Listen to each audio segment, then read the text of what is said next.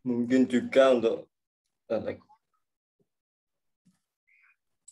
mempersingkat waktu karena memang jadwal sebenarnya jam 9 tapi kan ada kendala teknis tadi sebelum mulai agak diberi tenggang waktu. Oke teman-teman semuanya, terima kasih. Kita mulai acara pada pagi ini dengan bacaan Bismillahirrahmanirrahim. Assalamualaikum warahmatullahi wabarakatuh. Waalaikumsalam warahmatullahi wabarakatuh. Dan amin. Binasta'inu ala amri nyawatin wa ala alihi washabihi ajma'in amma ba'd.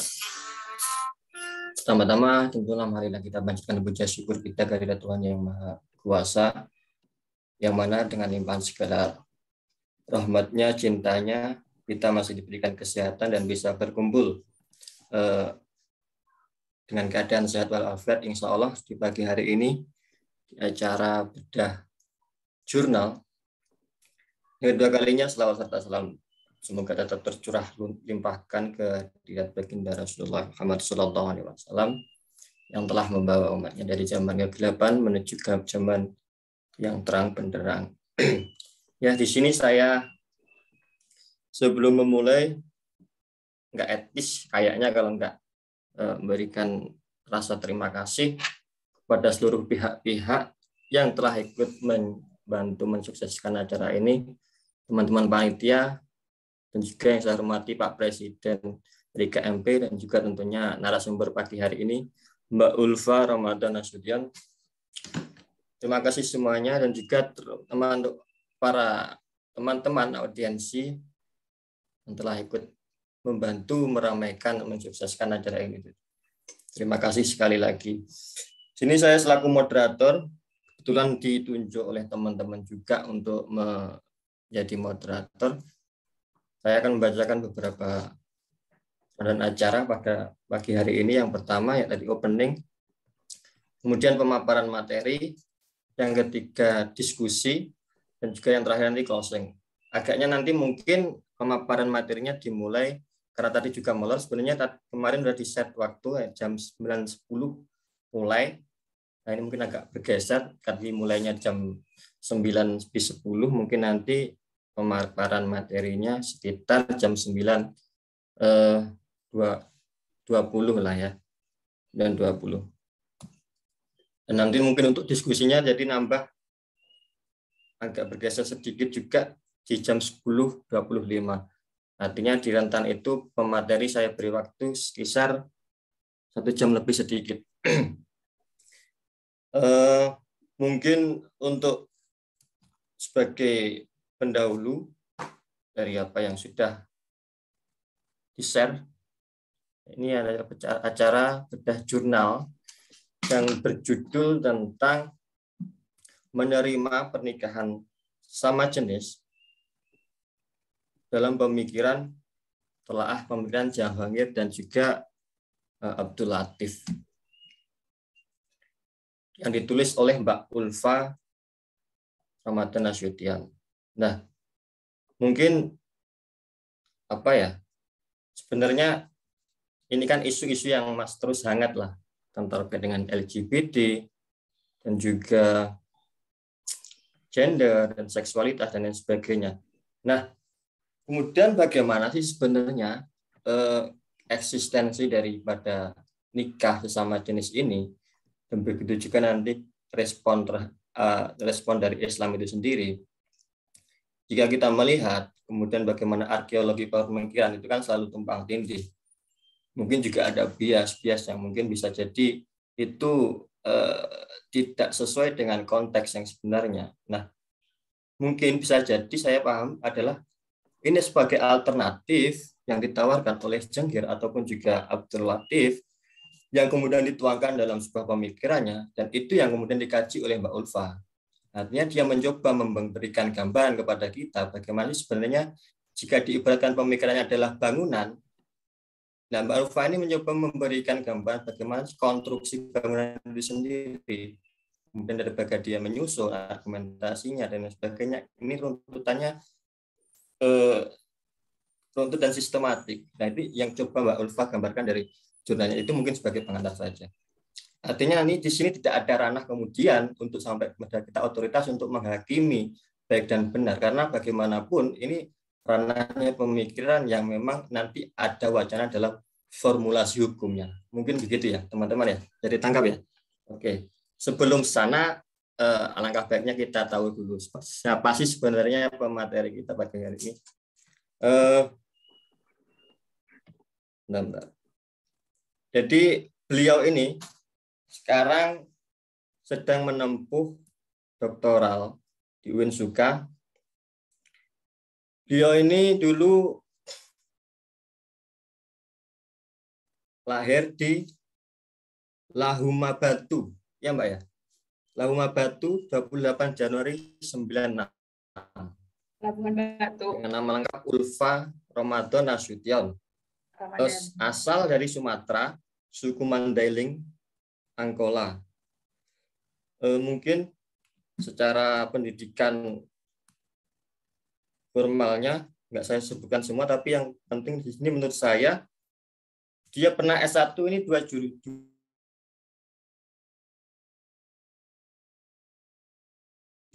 kampus, yang pertama di UIN dan juga yang kedua, dan juga dilanjut di program sarjana di UIN dengan jurusan konsentrasi Islam dan kajian gender. Dan yang ketiga, dia kemudian masuk di S3 dengan konsentrasi studi Islam UIN Sunan Kalijaga. Selain itu juga di luar, beliau ini mondok di Wahid Hasim. Jika ditotal dengan ketika waktu SMP ataupun SMA, sebenarnya dia sudah mondok 8 tahun. Artinya dengan konstruksi pemikiran beliau di pesantren, ini ya mungkin secara kredibilitas keilmuannya bisa diuji lah. Artinya punya kompetensi di sana untuk kemudian membahas ini sebagai wacana formulasi hukum. Gitu. Artinya bukan apa ya, remeh-remeh. Memang benar-benar punya kapasitas di sana. Dan memang juga itu juga spesialisnya di S2-nya, konsentrasi Islam dan kajian gender juga. Nah, mungkin itulah singkatnya biografi beliau, tapi yang jelas banyak hal menarik saya kira dari apa yang beliau tulis yang bisa untuk kemudian kita diskusikan secara akademik lah. Karena bagaimanapun kita konteksnya adalah konteks akademik. Oke, teman-teman, ini sudah 9.20, hampir 9.20. Sesuai dengan apa yang saya bicarakan tadi, akan dimulai di jam 9.20. Oleh karenanya, tanpa berpanjang lebar kembali, atas waktu dan tempat, saya persilahkan kepada beliau, Mbak Ulfa. Monggo Mbak Ulfa, untuk memaparkan materi dari jurnal panjenengan. Terima kasih.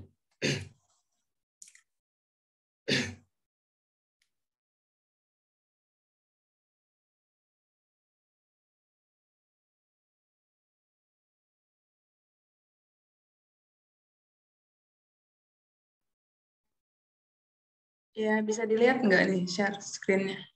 Sudah, Mbak? Ya, terima kasih kepada Mas Ilhaq atas kesempatan dan waktunya. Terima kasih juga kepada komunitas mahasiswa pasca sarjana KMP Wisma Kalijaga yang sekarang tuh dibawa ketuai oleh Aji. Jadi saya berkesempatan untuk berbagi apa yang saya tulis dalam sebuah artikel yang sudah diterbitkan di Jurnal Al-Ahwal. Ini diterbitkan tahun lalu Juni 2021. Sebelumnya merespon Zoom yang error, saya sebenarnya ada rasa bersyukur juga. Ini berarti kan diskusinya itu lebih intens, lebih intimate kayak gitu ya, lebih menyentuh karena ini jadinya lebih spesifik orang-orangnya. Yang berarti kan benar-benar oke, kita mau belajar bagaimana pemikiran Jahangir dan Abdul Latif terkait pernikahan sesama jenis. Jadi tidak terlalu melebar. Saya berharap ini nanti penjelasannya tidak terlalu melebar kemana-mana. Kita fokus tentang bagaimana konstruksi pemikiran Jahangir dan Abdul Latif sampai dia bisa berkesimpulan pernikahan sesama jenis dalam Islam itu diterima, seperti itu. Seperti yang udah dijelaskan sama Dika sebelumnya, Ilhaq ya, Mahardika, Ilhaq sebelumnya.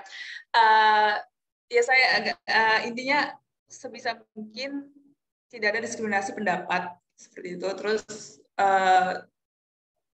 dan saya berharap tidak ada pertanyaan menguji. Itu singkatnya. Oke, langsung dimulai ya. Bismillahirrahmanirrahim. Assalamualaikum warahmatullahi wabarakatuh. Waalaikumsalam warahmatullahi wabarakatuh. Jadi tidak bisa. Jadi sebagai pendahuluan terkait dengan LGBTQ, lesbian, gay, biseksual, transgender, dan queer di dunia Islam itu erat dipengaruhi oleh sejarah agama, hukum, sosial, politik, dan budaya. Nah, tulisan ini berpendapat bahwa bagi Jahangir itu seorang akademisi dan aktivis LGBTQ Muslim asal Pakistan, dan Abdul Latif ini seorang dokter profesor juga di bidang endokrinologi yang berasal dari Palestina dan saat ini menetap di Birmingham. Bagi mereka, munculnya larangan LGBT yang mendominasi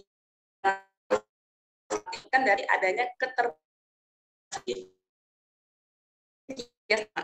bias pemikiran tradisional yang bertujuan mempertahankan ortodoksi dan diperkuat dengan pola pikir biner yang membatasi jenis gender hanya laki-laki dan perempuan.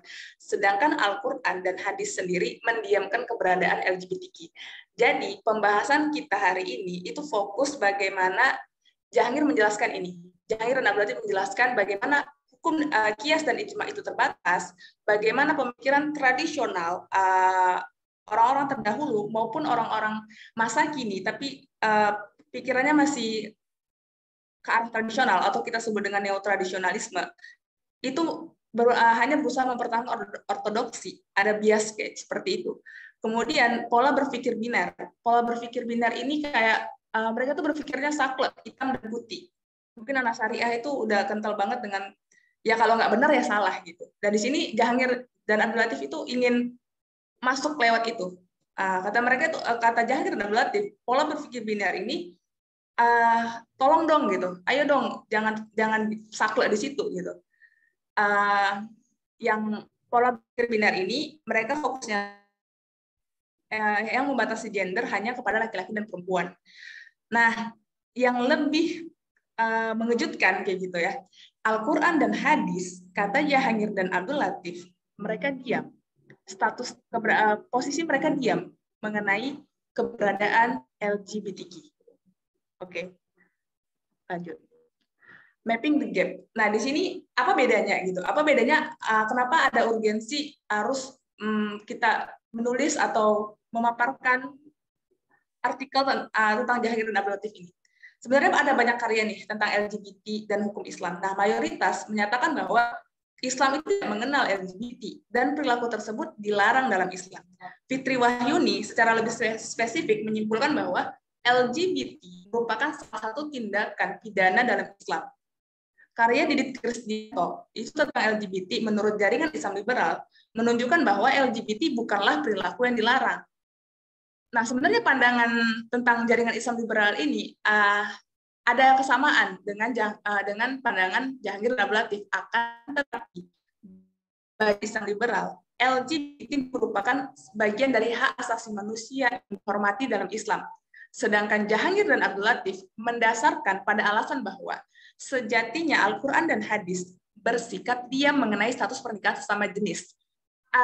Jadi kalau jaringan Islam liberal itu mengatakan bahwa LGBT itu hak asasi manusia loh, kita harus menghormatinya gitu. Islam menghormati kan prinsip hak asasi manusia. Islam memanusiakan manusia kan.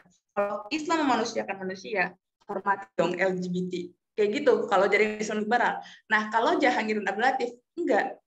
Ini bukan itu, Islam sendiri loh membolehkan. Secara nggak langsung dia bilang gitu. Islam sendiri loh memfasilitasi, mengakomodasi LGBT. Nah, kayak gitu.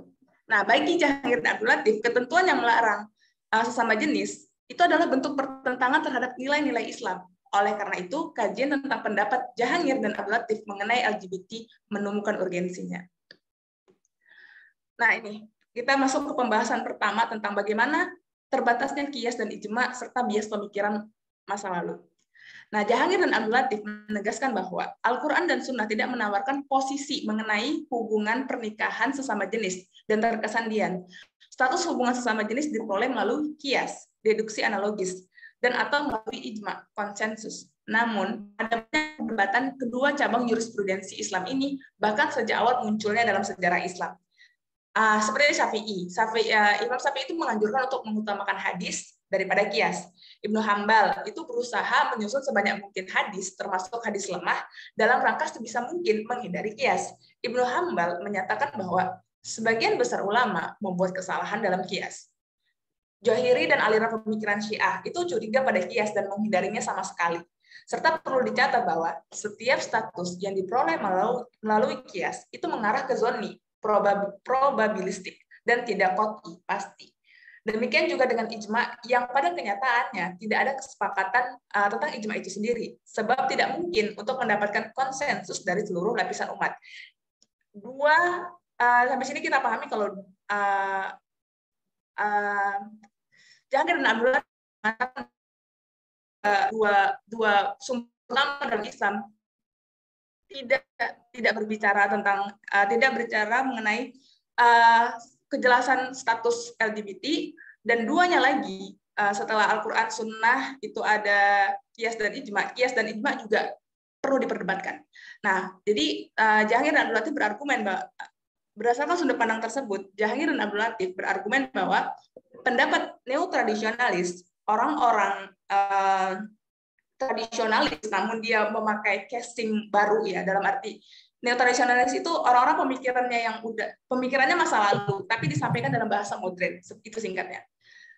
Tentang pendapat mereka tentang hubungan sesama jenis bertumpu pada pengetahuan yang masih kemungkinan, dan karenanya status hubungan sesama jenis yang mayoritas diakui oleh cendekiawan muslim dalam dunia Islam saat ini sangat perlu diperdebatkan. Nah, lantas apa nih? Selanjutnya, si Jahangir dan Abdul Latif itu mengharuskan memeriksa kembali bias-bias atau kecenderungan yang terjadi dalam sikap analisis teks-teks tertentu, baik itu bias yang dimanifestasikan ataupun yang disembunyikan. Sebab sejatinya, kata Jahangir dan Abdul Latif, dan kita juga mungkin ini udah pengetahuan umum, bahwa makhluk manusia itu makhluk yang dikondisikan secara sosial. Ini berarti kita semua tidak terlepas dari dan oleh bias, baik bias yang bersandar pada norma sosial atau pengetahuan medis, masyarakat kontemporer, orang-orang dari masa lalu. Nah, bias penulis atau bias Jahangir dan Abdul Latif, itu mereka meyakini bahwa Islam mengakomodasi orang-orang LGBT dengan menegaskan bahwa yang mereka butuhkan adalah keintiman, rasa kasih sayang, dan persahabatan. Sedangkan cendekiawan muslim terdahulu dan kaum muslim tradisionalis saat ini itu memiliki bias yang berlawanan. Bias mereka dipengaruhi oleh faktor-faktor, diantaranya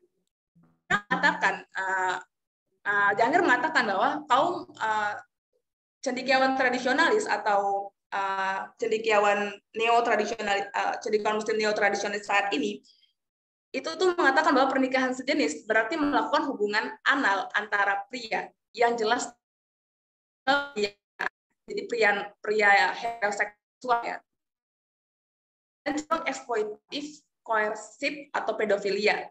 Status hubungan seks anal ini mencuat ketika maraknya penafsiran mengenai surah Al-Baqarah ayat 223.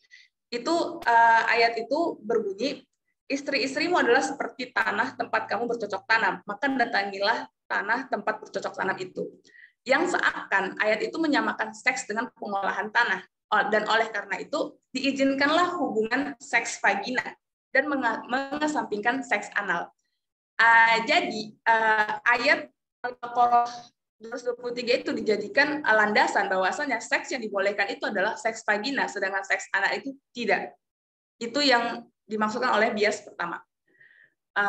Kemudian ulama tradisionalis atau neo-tradisionalis itu mereka menginginkan untuk mempertahankan adat istiadat sosial dan pengetahuan medis dari masa lalu yang terlampau jauh.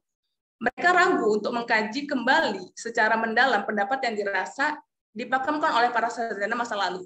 Mereka cenderung prihatin atau bahkan resah dan kesal melihat LGBTQ Muslim yang seolah hanya menuruti keinginan, nafsu dalam konotasi negatif, dorongan seksual, iseng-iseng, dan kecanduan semata, daripada memandang mereka sebagai sosok yang memang memiliki orientasi seksual ketertarikan terhadap gender yang sejenis. Untuk yang bias yang pertama, ini masing-masing bias itu udah ada bantahannya tersendiri dari Jahangir dan Abdul Latif. Seperti ayat Al-Baqarah tadi yang sebelumnya saya sebutkan, ayat 223 yang menyatakan bahwa ini adalah landasan hanya seks vaginal lah yang diperbolehkan, sedangkan seks anal tidak. Itu ayat tersebut bukan bertujuan untuk itu, gitu kata Jahangir dan Abdul Latif. Itu terlalu, singkatnya dia bilang terlalu pendek kalau hanya mengatakan istri-istrimu adalah seperti tanah tempat kamu bercocok tanam. Itu kan tidak seperti itu, kata si Jahangir dan Abdul Latif.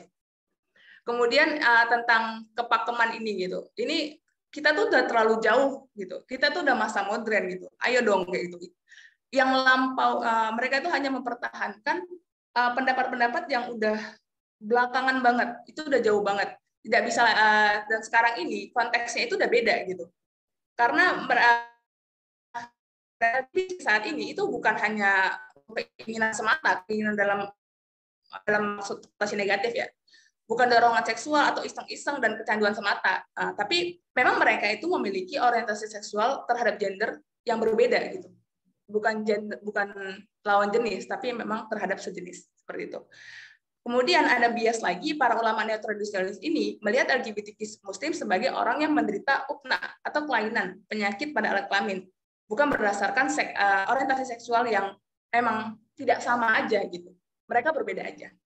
Nah, di sini Jahangir juga mengutip selain dia kritis ya, dia juga mengutip mendukung analisisnya itu dengan tokoh-tokoh kayak gitu, kayak ini Ibnu Taimiyah. Ibnu Taimiyah itu pernah mengatakan bahwa terdapat banyak pendapat, termasuk pendapat ulama yang seringkali dinodai oleh keinginan atau bias hawa nafsu. Ibnu Taimiyah dan cendekiawan lainnya itu berusaha untuk memperoleh pengetahuan dan memahami kehendak Tuhan agar dapat membatasi bias yang mewarnai pandangan mereka. Ini berarti penting untuk memeriksa bias seseorang dan juga memperhatikan pertanyaan yang dibahas dalam jurisprudensi Islam. Dalam konteks ini, tentu memungkinkan untuk membedakan antara seks eksploitatif di luar kontrak hukum dan hubungan sesama jenis yang bertumpu pada mawaddah, kasih sayang. Kemudian pembahasan tentang pendekatan tekstual gender non-biner, ekspresi gender, dan orientasi seksual.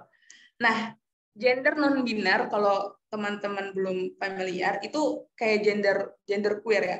Ini identitas gender yang tidak merujuk secara spesifik pada salah satu gender.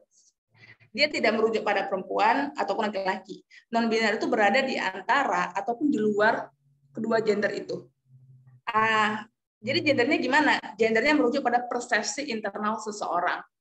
Kalau queer itu singkatnya pilihan ketiga yang aku pahami kayak gitu. Jadi ada gender tidak terbatas biner ya. Biner itu kan dua hal gitu.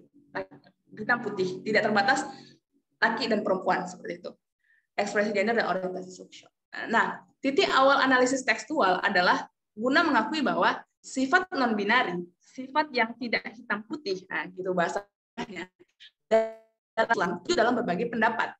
Dalam konteks gender, surah Asyura ayat 49-50 itu bunyinya, kepunyaan Allah lah kerajaan langit dan bumi. Dia menciptakan apa yang Dia kehendaki. Dia memberikan anak-anak perempuan kepada siapa yang Dia kehendaki dan memberikan anak laki-laki kepada siapa yang Dia kehendaki.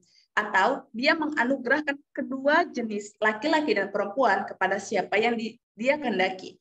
Dan Dia menjadikan mandul siapa yang Dia kehendaki. Nah, ayat ini untuk membenarkan keberadaan individu intersex. Kayak gitu pendapatnya Jahangir dan Abdul Latif. Intersex itu variasi karakteristik kelamin yang berbeda dengan perempuan dan laki-laki. Jadi jenis kelaminnya ambigu. Nah, ayat ini katanya untuk membenarkan keberadaan orang-orang yang jenis kelaminnya ambigu. Al-Qurtubi berpendapat bahwa surah ke-28 ayat ke-64 yang menyebutkan bahwa Allah menciptakan apapun yang Dia kehendaki, termasuk semua variasi individu intersex. Oleh karena itu, Qurtubi menerima sebutan non-binary, yakni pilihan ketiga dari jenis kelamin manusia di luar pilihan dzakar dan unsa.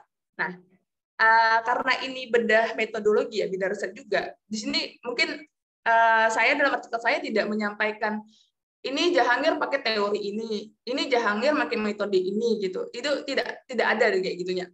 Dan Jahangir juga tidak menjelaskan itu dalam artikel, dalam analisisnya gitu. Cuman kita bisa pahami bagaimana Jahangir itu membangun argumen itu ditopang terus kayak gitu. Kayak gini, dia bilang non-binary dalam Islam itu terwujud dalam berbagai penerapan. Sebenarnya dalam artikel itu tertulis bagaimana ada jenis negara ketiga gitu. Ada kan dulu kan mungkin jenis negara itu ada negara kafir, ada negara yang tidak kafir kayak gitu kan, negara Islam.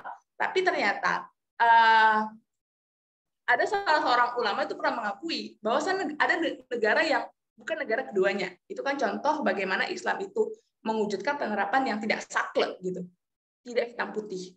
Nah, gini juga Jahangir juga setelah menyajikan pendapatnya, dia juga membackup pendapat itu pakai perkataan atau analisis dari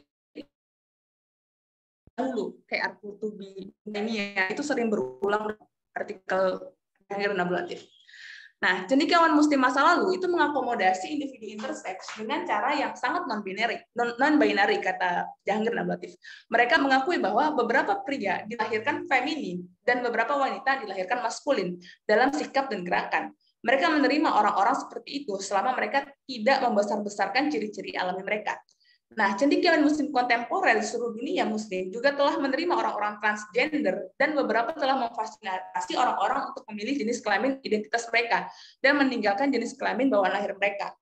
Yang saya catat itu ada beberapa seperti negara Albania, Azerbaijan, Bahrain, Bosnia, Burkina Faso, Djibouti, Irak, Yordania, Kazakhstan, Kosovo, Kirgistan, Lebanon, Mali, Niger, Tajikistan, Turki, sebagian wilayah Indonesia Barat Palestina dan utara Siprus. Itu mereka membolehkan tapi secara terbatas. Nah, saya coba kontekskan ke Indonesia gitu atau di lingkungan saya. Yang saya lihat itu sebenarnya kita bukan berarti membolehkan ya, kita hanya mendiamkan. Kayak gitu. Ada kata-kata kayak ya udah selagi kamu tidak membesar-besarkan ciri-ciri alami kamu gitu kan. Oh ya udah. Oh dia gay loh. Oh ya udah. Kayak gitu. Ada kata kayak gitu. Nah, sedangkan Kuwait, Turkmenistan, Uzbekistan itu hanya membolehkan hubungan sesama jenis hanya untuk perempuan, lesbian, dan melarang aktivitas sesama jenis laki-laki, melarang homoseks. Ini sebenarnya unik ya kalau misalnya ada teman-teman yang mau konsen tentang LGBT ini gitu, itu kok bisa kalau kayak di Kuwait, Turkmenistan, Uzbekistan itu kok bisa perempuan itu ya oke, sedangkan laki-laki itu tidak gitu. Nah, saya juga pernah dulu dengar ada teman presentasi itu di Iran, Iran yang Syiah, itu mereka sebenarnya melarang, tapi mereka ada solusi. Kamu tidak boleh kalau kamu itu pindah-pindah. Kalau kamu laki-laki jenis kelamin laki-laki, ya kamu maskulin kayak gitu. Tapi kan ada jenis kelamin laki-laki, tapi dia tidak maskulin gitu. Dia cenderung ke feminim atau dia ternyata penyuka sesama jenis dia gitu. Kalau kamu kayak gitu, kamu harus pindah dulu kelaminnya kayak gitu. Itu ada kayak Iran itu mau fasilitasi gitu. Melarang tapi ada solusi. Kalau di Indonesia ini kan tidak sanggup melarang karena kita sendiri tidak memiliki solusinya. Gitu sih yang saya lihat juga. Kemudian Hasyim Kamali tidak menegaskan bahwa baik fikih dan sains menegaskan orientasi seksual sebagian besar merupakan bawaan lahir atau fitrah. Selain itu, kerangka kerja hunsa nafsiyah, interseksualitas psikologis yang digunakan untuk mengatasi masalah muslim transgender memungkinkan untuk mengenali permutasi gender dan seks. Saya juga sering mendengar bagaimana orang-orang misalnya LGBT ini dikatakan sakit, tapi sebenarnya mereka juga bingung sakitku di mana gitu. Saya merasa saya begini gitu. Jadi makanya ada si si Jahangir dan Abdul Latif mengutip pendapat Hasyim Kamali yang mengatakan ya fikih sains itu menegaskan orientasi seksual itu ya fitrah seperti itu. Kemudian surah ke 42 Surah ke-42 ayat 50 secara tata bahasa dapat ditafsirkan untuk menunjukkan karakteristik pria dan wanita dalam satu orang dan mereka yang memiliki atribut akim, non-prokreasi, non-produksi. Itu artinya mandul, tidak bisa melahirkan, tidak bisa menghasilkan keturunan. Nah, garis pemikiran ini dapat dibuktikan melalui surah ke-24 ayat 31 dan ke-24 ayat 60 yang masing-masing mengakui ghairu ulil irba, pria tanpa keinginan untuk wanita, dan kawaid, wanita yang tidak memproduksi. Nah, habis itu masuk ke pembahasan analisis tekstual orang-orang Lut. Ini sering banget kita bilang singkatnya. Jelas Al-Quran itu mengatakan ada pernah kasus LGBT ini sering disandingkan sama kasus orang-orang Lut. Nah, persamaannya didekatkan antara umat Lut kepada LGBTQ Muslim bagi Jahangir dan Abdul Latif telah gagal dalam berbagai alasan. Di antaranya ketika surah ke-7 ayat 81, ke-26 ayat 165 dan 166 dan ke-27 ayat ke-55 dilihat dalam konteks yang dibentuk oleh surah surah ke-7 ayat ke-80, surah ke-15 ayat ke-70, surah ke-20 dan ayat 9. Sebab secara kontekstual ini ingin mengkonfirmasi lagi lebih jauh, ingin membuktikan, silahkan dilihat sendiri gitu. Yang saya lihat sebenarnya ya ada, ini tergantung perspektif sih. Jadi dalam perspektifnya Jahangir Abdul Latif, secara kontekstual kaum Lut itu melarang keramat tamahan, memotong jalan raya, menyergap para musafir, melakukan perbuatan jahat di majelis umum, menuntut tamu. Ini yang dikonteskan dalam ayat-ayat yang di atas. Nah, tentu hal ini, kata Jahangir dan Abdul Latif, tidak berlaku bagi LGBTQ Muslim pada era sekarang. Kaum Lut itu kan digambarkan barbar gitu ya. Dan di sini, ini beda banget sama LGBTQ sekarang. Mereka tuh bisa berpendidikan. Untuk informasi juga, Jahangir dan Abdul Latif itu adalah seorang gay, dia adalah homoseks. Nah, dia seorang gay, dia pintar gitu kan. Dia profesor, bidangnya itu minat kajiannya ke antropologi, ekonomi dan politik. Dia asisten profesor, dia tidak barbar gitu. Tapi dia menyadari kalau dirinya punya orientasi yang berbeda gitu. Jelas ini berbeda. Dia tidak mau disamakan. Kenapa aku disamakan dengan kaum Lut gitu. Nah, secara linguistik, ayat-ayat tersebut juga tidak menggambarkan orang atribut non-binary, tetapi dia yang mengejar dakar lain daripada unsa untuk dijadikan pasangan mereka. Maksudnya, konteks ayat tersebut itu tidak menggambarkan pria-pria, tidak menggambarkan atribut pria non-binary, tetapi pria yang hanya mengajar jakar orang lain gitu, jakar orang lain untuk orang-orang yang non-LGBT gitu. Ibaratnya mereka tuh pemerkosaan, pedofil. Nah, kayak gitu tuh, kaum Lut itu. Selain itu, orang-orang Lut digambarkan sebagai orang-orang yang bertindak berdasarkan syahwat, keinginan, secara berlebihan, dan sama sekali bukan dalam rangka membentuk hubungan yang berdasarkan mawaddah, kasih sayang. Ayat-ayat tersebut sejatinya hendak mengkritik orang-orang Lut, sebab perbuatan mereka yang mencoba memperkosa pria binar. Mereka hendak memperkosa pria yang biasa, bukan banci. Hal ini juga berbanding lurus dengan bagaimana Al-Quran menggambarkan orang Lut yang berusaha memperkosa pria. Sebagian orang Lut mengeksploitasi secara seksual minoritas pria lokal di kalangan mereka. Dengan demikian, analogi atau kias, ya kan, yang sering dikiaskan ini kan LGBT ini dikiaskan sama orang-orang Lut. Antara orang-orang Lut dan Muslim LGBT gagal. Karena orang-orang Lut sebenarnya tidak pernah mengaku menikah dengan laki-laki yang sudah mereka nodai. Dan buku-buku tafsir Al-Quran mengamini kemungkinan itu. Karena tidak ada pernikahan di situ. Sedangkan LGBT dalam konteks era saat ini, gitu, terutama di Amerika ya, karena emang Jahangir dan Abdul Latif ini domisilinya di Amerika, meskipun mereka bukan berasal dari Amerika, mereka berasal dari negara Muslim. Itu kan mereka ada keinginan untuk menikahi, ingin menjalin persahabatan, membangun sebuah hubungan keluarga seperti itu. Kemudian menganalisis hadis, tafsir, dan wacana hukum. Hadis, tafsir, dan literatur hukum yang membahas mengenai larangan menikah sesama jenis menurut pandangan Jahangir dan Abdul Latif tidak memiliki penjelasan lebih lanjut. Terdapat teks-teks di luar konon ini yang menentukan hukuman mati untuk liwat, persetubuhan sesama jenis, yakni hukuman mati bagi pelaku ityan bil duhur, memasukkan ujung penis ke dalam anus laki-laki. Nah, Jahangir menjelaskan teks-teks yang menyuarakan tentang hukuman mati tersebut secara langsung sudah bertentangan dengan Al-Quran surah ke-5 ayat 32. Nah, ketika teks-teks itu menjatuhkan hukuman mati dan menyamakan hubungan sesama jenis dengan pembunuhan dan fasad fil ard, itu menyebarkan kejahatan di muka bumi, itu tidak relevan gitu, tidak relate, kata Jahangir dan Abdul Latif. Kenapa para pelaku persetubuhan sesama jenis itu disamakan dihukum mati kayak gitu? Dan kenapa mereka disamakan seperti orang-orang yang akan merusak di muka bumi? Why gitu? Apa yang akan dirusak? Itu secara nggak langsung Jahangir ingin menyuarakan ke sana. Kemudian ada hadis eskatologis yang menggambarkan hadis-hadis tentang kehidupan setelah di dunia, yang menggambarkan liwat sebagai salah satu pertanda hari penghakiman dan dalil-dalil yang menyamakan liwat dan sihab menggosok vulva antara wanita dengan zina. Namun dalil-dalil seperti itu dianggap tidak diandalkan begitu. Begitu juga dengan dalil-dalil tentang hukuman mati untuk liwat. Selain itu, hukuman seperti itu bertentangan dengan ayat-ayat seperti surah ke-46 ayat 9 yang membatasi kemampuan Nabi dalam berfirasat dan juga dalam memberikan wacana hukum.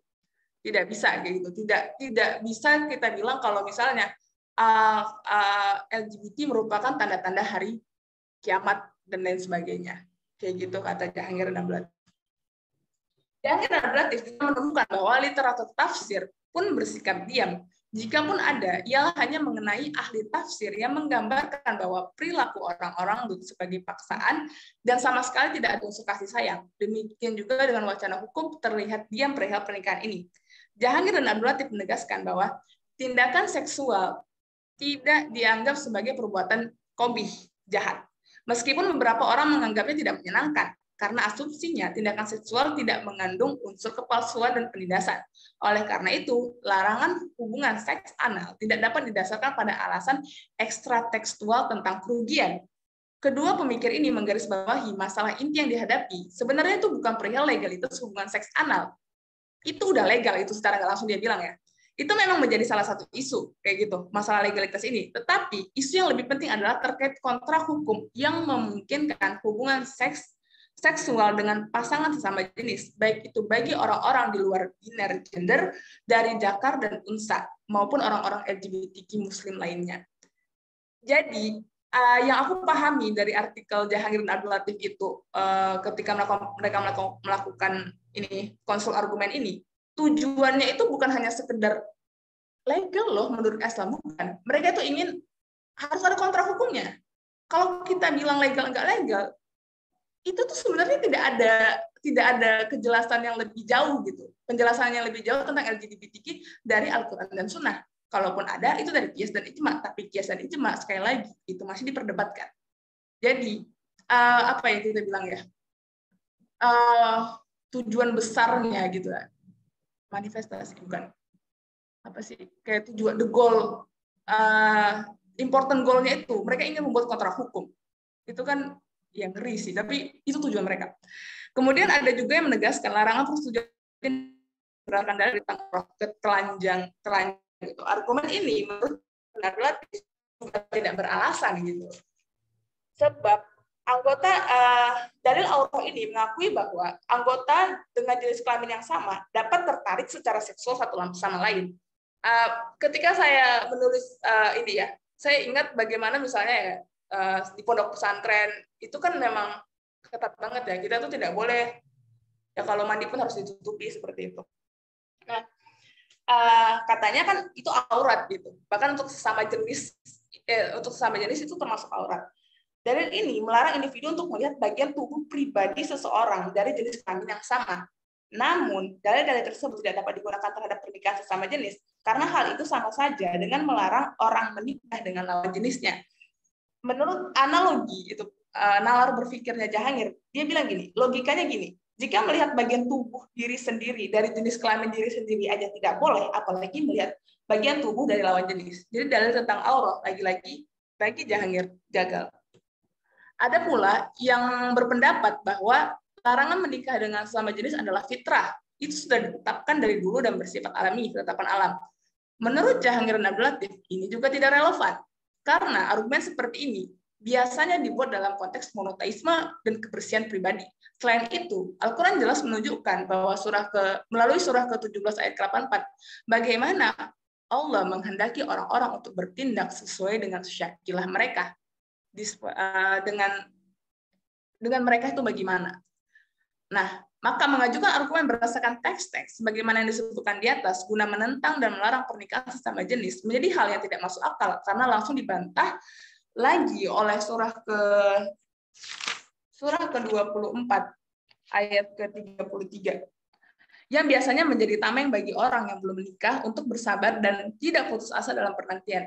Jadi nasihat ini merupakan perintah sementara sebab menjadi bujangan seumur hidup atau permanen tidak termasuk ajaran Islam. Jadi surah ke-24 ayat ke-33 ini menyatakan Islam itu tidak mengenal yang namanya orang menjomblo seumur hidup. Gitu ya. Kita tidak mengenal single permanen. Lebih jauh lagi, argumen berdasarkan teks yang notabene hanya bertumpu pada asumsi LGBTQ Muslim merasakan ketidakadilan dan mendapatkan cobaan yang lebih keras dalam melakoni hidupnya dibandingkan dengan para muslim yang heteroseksual. Oke, kita masuk ke penghujung, menegaskan status perkawinan muslim sesama jenis. Jadi, setelah dia bangun tuh konstruksi gitu, dia lawan tuh semuanya. Jangan berarti mengcounter semuanya. Oh, ini kamu punya argumen ini, aku counter pakai ini, ya, gitu ya. Nah, dalam Islam pernikahan adalah salah satu dari dua cara guna melakukan hubungan seksual yang disahkan. Sementara prokreasi itu membangun keluarga dan melipat gandakan keturunan adalah konsekuensi dari pernikahan itu sendiri. Jadi menikah itu salah satu dari dua cara untuk melakukan seksual. Yang saya ketahui satu cara lainnya itu mungkin melalui milkul yamin itu bisa ya, yang dilegalkan oleh Islam. Anfankihu ma tabalakum ma malakat aymanukum, seperti itu. Nah, sementara melipat gandakan keturunan itu konsekuensi dari pernikahan, itu bukan pernikahan itu sendiri, itu beda hal, itu lain hal. Menikah satu hal, mempunyai keturunan hal yang beda kayak gitu. Tujuan pernikahan adalah guna menemukan kelembutan dan kedamaian antara satu sama lain. Seks yang dilakukan dalam naungan ikatan pernikahan yang sah dipandang sebagai tindakan ibadah yang indah, yang diganjar pahala. Ini menunjukkan bahwa tatkala pasangan individu tersebut menemukan kelembutan dan kedamaian dapat dicapai dalam hubungan sesama jenis, ada alasan kuat untuk menegaskan dan menyuarakan perihal pernikahan sejenis ini. Larangan pernikahan sesama jenis adalah posisi turunan yang tidak berpegang pada analogi yang digunakan antara orang-orang Lut dan muslim LGBTQ. Oleh karena pelarangan isu ini merupakan opini kedua, maka kasus tentang pernikahan sesama jenis juga merupakan posisi turunan. Ada banyak kasus yang tersirat mengenai hubungan pernikahan sesama jenis di kalangan Muslim. Titik awal yang membangun argumen dalam isu ini adalah untuk mengakui bahwa baik Al-Quran maupun hadis tidak pernah membatasi pernikahan dengan hubungan antara pria dan wanita saja. Sarjana masa lalu, menurut Jahangir dan Abdul Latif, cenderung mendefinisikan pernikahan di luar dalil utama. Mereka mendefinisikan pernikahan berdasarkan pada adat istiadat sosial, dan memang saat itu tidak adanya pernikahan sama jenis. Oleh karena itu, dibutuhkanlah satu pendekatan untuk membenarkan pernikahan sama jenis berdasarkan dari dalil adil, keadilan, dan martabat manusia. Menurut Ibnu Hazm dan banyak cendekiawan Islam lainnya, tidak ada dalam Islam yang dilarang tanpa ada pengganti yang sah untuk tindakan yang dilarang tersebut. Ini sebenarnya kayak ala-ala Syahrul ya. Ala-ala mungkin kalau teman-teman pernah dengar disertasi Pak Abdul Aziz yang membahas itu gitu kan, Syahrul tidak pernah bilang tidak ada di Al-Quran itu, ayat itu pasti selalu ada tujuannya gitu, ayat Al-Quran. Makanya dia menafsirkan milkul yamin. Nah, si Jahangir Abdul Latif itu yang mirip-mirip juga. Dia bilang tidak ada dalam Islam yang dilarang tanpa ada penggantinya. Tentu prinsip ini gagal jika disandingkan dengan isu pernikahan sesama jenis, di mana isu ini tidak memiliki alternatif pengganti lain. Jika menganjurkan muslim LGBTQ untuk menikah dengan lawan jenis, sama seperti meminta mereka untuk menutupi kebutuhan mereka akan air minum dengan mengonsumsikan garam sebagai gantinya. Itu jelas tidak ada korelasi, kayak gitu. Jahangir menegaskan, baik membujang seumur hidup ataupun pernikahan palsu menyebabkan kita terjebak pada kesulitan yang tidak semestinya. Memberi anjuran seperti itu umumnya akan mengarah pada taklif malayutak, penciptaan kewajiban yang tidak dapat dipenuhi, dan merupakan hasil dari mengambil pendekatan yang tidak logis untuk memahami teks berdasarkan fakta. Jahangir dan Abdul Latif menerangkan bahwa salah satu cara untuk menentang anjuran atau saran dan keputusan berdasarkan pemikiran ulama tertentu itu yang menyebabkan penderitaan bagi si penerima adalah melalui prinsip kaidah fikih raf'ul haraj yang memiliki beberapa furu seperti mencegah bahaya, al-masyaqqatu tajlibu taysir, terus itu ad-dararu yujal, kemudian idadoko amru ittasa. Nah, Jahangir dan Abdul Latif mengantisipasi bahwa beberapa orang mungkin mengklaim pembolehan menikah dengan sesama jenis dalam konteks kekinian seakan-akan menjadi suatu hal yang sangat urgen, kebutuhan ekstrim, hingga mengalahkan larangan, seolah-olah jika tidak dibolehkan, maka akan mengancam nyawa seseorang. Tetapi, perlu diingat bahwa prinsip-prinsip kaidah fikih tersebut juga berlaku untuk kebutuhan hajah. Ini bukan LGBT ini sok-sokan ini. Emang kalau kamu tidak menikah dengan sesama jenis kamu akan mati gitu. Bukan itu aja, tapi ini kan konteks kayak menghilangkan celaka, mencegah bahaya, itu semuanya bukan hanya untuk urgensi yang benar-benar kalau kamu nggak melakukan itu kamu mati, tapi untuk kebutuhan juga bisa dipakai kaidah ini. Nah, dalam konteks pernikahan sesama jenis, ayat ke-24 surah ke-28 surah keempat ayat ke-28 dapat dirujuk secara khusus. Nah, ayat ini mengakui bahwa Allah ingin meringankan kesulitan Anda. Jadi ayat keempat, surah keempat itu An-Nisa ayat ke-28 itu Allah hendak memberikan keringanan kepadamu karena manusia diciptakan bersifat lemah, terutama secara seksual. Nah, ayat ini tuh mengakui bahwa Allah ingin meringankan kesulitan Anda karena umat manusia menjadi lemah, terutama secara seksual. Dalam konteks ayat ini, Ibnu Taimiyah berpendapat dalam bukunya Strike Path bahwa sebab manusia terlalu lemah untuk melawan dorongan seksualnya, maka harus ada hukum yang memfasilitasi agar terpenuhinya kebutuhan itu. Dengan demikian, tidak masuk akal jika orang-orang muslim memaksakan orang-orang muslim yang LGBTQ untuk melajang seumur hidupnya, terutama ketika mereka mengakui kelemahan seksual mereka sendiri. Tekan Jahangir dalam analisisnya. Beberapa sarjana muslim yang sudah peka terhadap kebutuhan LGBTQ muslim tidak dapat menemukan solusi terhadap kasus ini melalui teks-teks Islam. Namun, Jahangir dan Abdul Latif tidak menyerah begitu saja. Mereka mengatakan bahwa tadi surah An-Nisa ayat ke-28 dengan perluasan prinsip raf'ul haraj dapat membantu membenarkan berlakunya kontra hukum yang akan melegitimasi pernikahan sesama jenis dalam Islam. Penegasan pembolehan pernikahan muslim sesama jenis dalam kerangka syariah bagi kedua tokoh pemikir Islam progresif ini juga dapat ditempuh melalui penjelasan sifat non-binary. Tradisi Islam menerima keberagaman gender dan seksual, sebagaimana berlaku untuk lelaki banci dan jenis kelamin yang tak tentu, unsa muskil. Beberapa ahli hukum secara kreatif mengizinkan perkawinan unsa muskil dengan cara menerima gender non-binary. Untuk unsa nafsiyah, para ahli hukum kontemporer menyatakan dimungkinkannya melakukan operasi gender.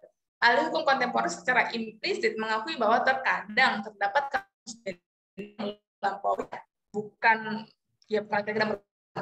dengan demikian, kasus untuk pernikahan sama jenis bermula dari pengakuan bahwa dalam beberapa kasus, gender melintasi biner bukan berdasarkan anatomi, tetapi berdasarkan orientasi konstitusi yang diakui secara sah. Sebagai dokter yang menangani beragam kasus gender dan pemikir muslim, Abdul Latif menyatakan bahwa kasus gay, lesbian, biseksual dapat dimasukkan dalam kerangka kerja unsa nafsiyah yang memungkinkan pengakuan akan sifat gender non-binary. Dalam kasus seperti itu, Abdul Latif menegaskan bahwa anatomi beriringan dengan gender, tetapi tidak berorientasi pada pengakuan secara konstitusi.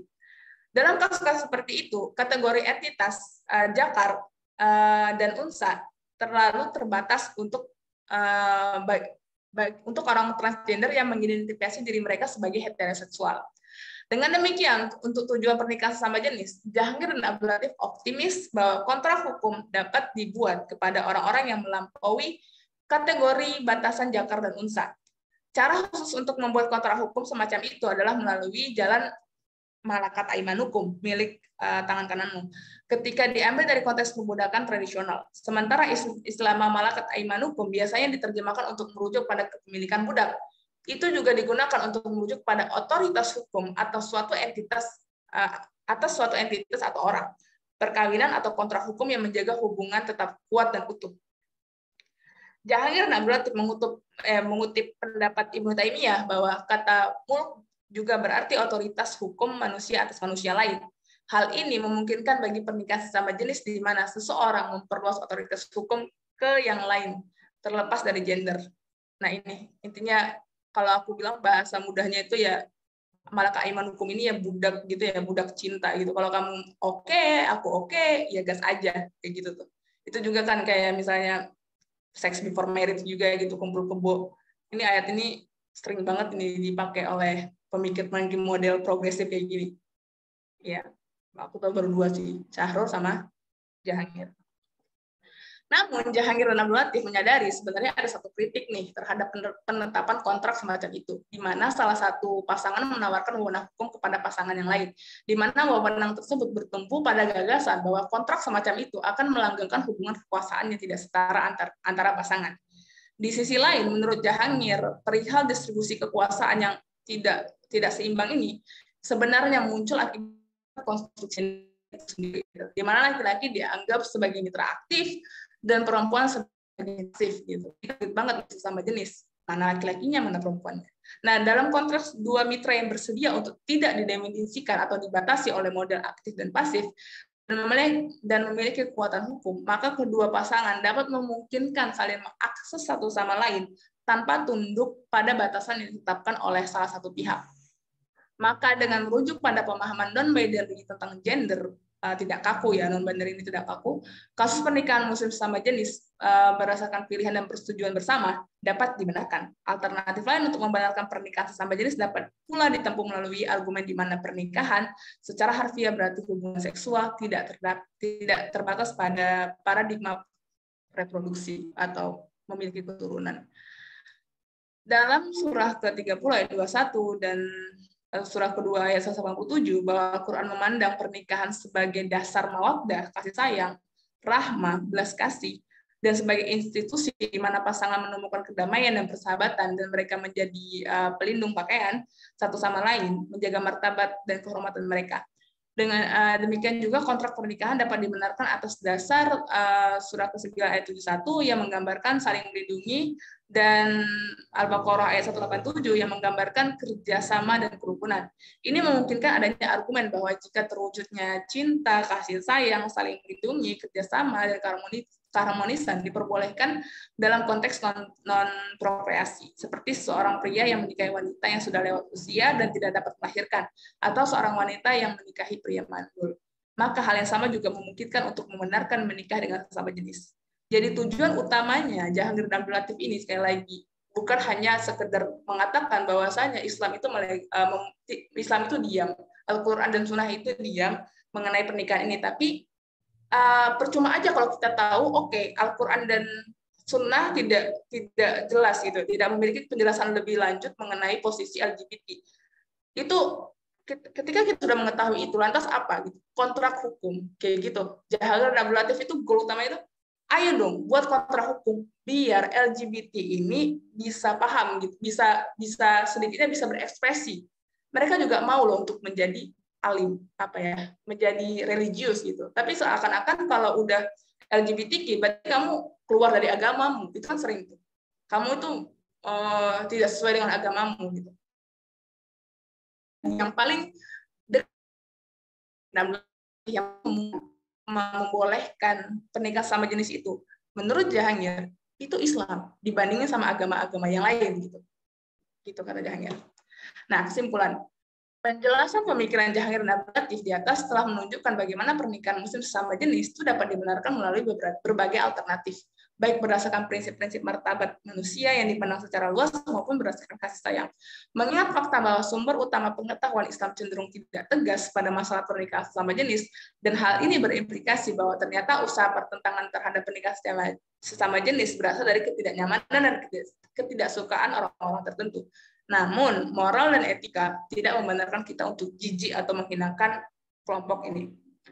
Hal ini menunjukkan bahwa mereka yang memiliki hak heteroseksual harus mengakui bahwa mereka sebagai mayoritas, orang-orang yang penyuka lawan jenis ini kan mayoritas, memiliki kepentingan lebih besar dalam masalah ini, dan mereka diuntungkan sebab berada dalam posisi yang dinilai lebih baik untuk menangani masalah pernikahan sesama jenis. Meskipun demikian, mengingat banyak alternatif yang digambarkan, dan dibimbing oleh kesimpulan dari ayat surah keempat ayat ke-28, cendekiawan muslim saat ini dapat menggali kembali ide yang lebih segar, peka, dan berwawasan luas, guna melihat lebih dalam lagi kepada warisan-warisan teks dan pendapat ulama terdahulu yang kaya untuk menegaskan status pernikahan muslim sesama jenis. Dan Jahangir ini asal Pakistan, dan dia belajar banyak kitab sebelum dia menempuh di universitas gitu. Dia belajar banyak kitab-kitab terdahulu dari ayahnya dan dari guru-gurunya di Pakistan. Dengan melibatkan berbagai macam disiplin ilmu, kedua tokoh pemikir Islam progresif ini ya lebih amannya menyebut mereka progresif, walaupun sempat kepikiran gitu untuk menyebutkan mereka itu pemikir era-era post ya, era-era postmodern gitu sebenarnya, atau neomodernisme. Tapi belum ada konfirmasi lebih lanjut tentang karakteristik pemikiran mereka gitu. Jadi lebih amannya menyebut mereka itu ya termasuk kalangan pemikir progresif. Kedua pemikir progresif ini berharap bahwa para cendekiawan kontemporer selanjutnya dapat membantu memberikan pedoman yang lebih potensial guna memungkinkan pasangan muslim sesama jenis untuk tetap kukuh secara spiritual, etis, dan Islamnya, dengan pijakan dan standar yang sama dengan saudara-saudari mereka yang seiman. Jadi bagaimana mereka, oke, aku mengetahui aku punya orientasi seksual yang berbeda, misalnya gitu, tapi aku ingin juga tetap religius gitu. Misalnya orang-orang yang banci gitu, tapi mereka tetap pakai jilbab, mereka pakai mukena gitu. Bagaimana memfasilitasi ini? Bagaimana dengan ini gitu? Apakah ketika aku tahu aku punya orientasi seksual berbeda, aku langsung murtad gitu? Kan tidak seperti itu. Misalnya gitu tuh. Mungkin ini saja yang bisa saya jelaskan. Mungkin nanti bisa dilanjutkan dalam sesi diskusi yang akan dipandu juga oleh Ilham. Terima kasih atas waktunya. Wassalamualaikum warahmatullahi wabarakatuh. Waalaikumsalam warahmatullahi wabarakatuh. Saya kira kita berikan aplaus dulu kepada Mbak Ulfa Ramadan, telah benar-benar sangat menarik lah, Mas. Mungkin saya ya, nggak tahu nanti gimana tanggapan teman-teman yang lain. Tapi saya kira mungkin untuk menetralisir apa yang ini kita coba refleksikan pada diri kita, bahwasanya ini dia kan Mbak Ulfa kan mencoba memberikan gambaran konstruksi pemikiran daripada Cenghai dan juga Abdul Latif itu sendiri terkait bagaimana kemudian formalis hukum untuk para LGBT, terutama nikah sesama jenis. Ini kita tidak punya kapasitas apapun untuk kemudian menilai bagaimana ini benar dan salah, dan nanti ujungnya adalah diskriminasi pemikiran. Semoga tidak ke sana arahnya. Tapi yang paling tidak kita pentingkan di sini adalah bagaimana kemudian diskusi ini bisa jalan sebagaimana sebagaimana semestinya yang dipaparkan oleh Mbak Ulfa. Kemudian bagaimana bisa dikritisi pemikiran-pemikiran itu kita maksudnya ke sana. Kalau memang kita tidak sependapat boleh, tapi kemudian bagaimana argumentatif kita, nah itulah yang mungkin bisa jadi ruang untuk kita diskusi. Kalau kita kemudian menilai tambahan putih, ini pasti akan jadi sesuatu yang polemik juga, karena bagaimanapun ini sebenarnya isu yang sangat sensitif, terutama di Indonesia. Mungkin kalau di Amerika atau di negara-negara sekuler liberal, ini menjadi yang kebebasan hate speech, artinya kebebasan dalam berekspresi, berpendapat dan sebagainya. Tapi lagi-lagi kita dalam konteks Indonesia mungkin masih ada semacam dalam sosial dan sebagainya yang itu juga ketika kita terpaksakan nanti mungkin juga akan lebih berbahaya juga. Oke, mungkin itu aja untuk menyambung dari apa yang dipaparkan oleh Mbak Ulfa. Mungkin dari teman-teman semuanya, barangkali ada beberapa pertanyaan penting yang bisa kita diskusikan. Monggo dipersilahkan. Monggo. Kak Isa tuh. Gimana, Mbak? Angkat tangan tuh. Tapi ada yang di kolom chat juga. Silahkan terserah Mas Ilham mau mendahulukan yang mana. Mungkin kita tampung aja ya 3 pertanyaan dulu mungkin untuk 3 penanya, monggo. Sementara masih 1 Mbak Isa dan teman-teman yang lain, persilahkan.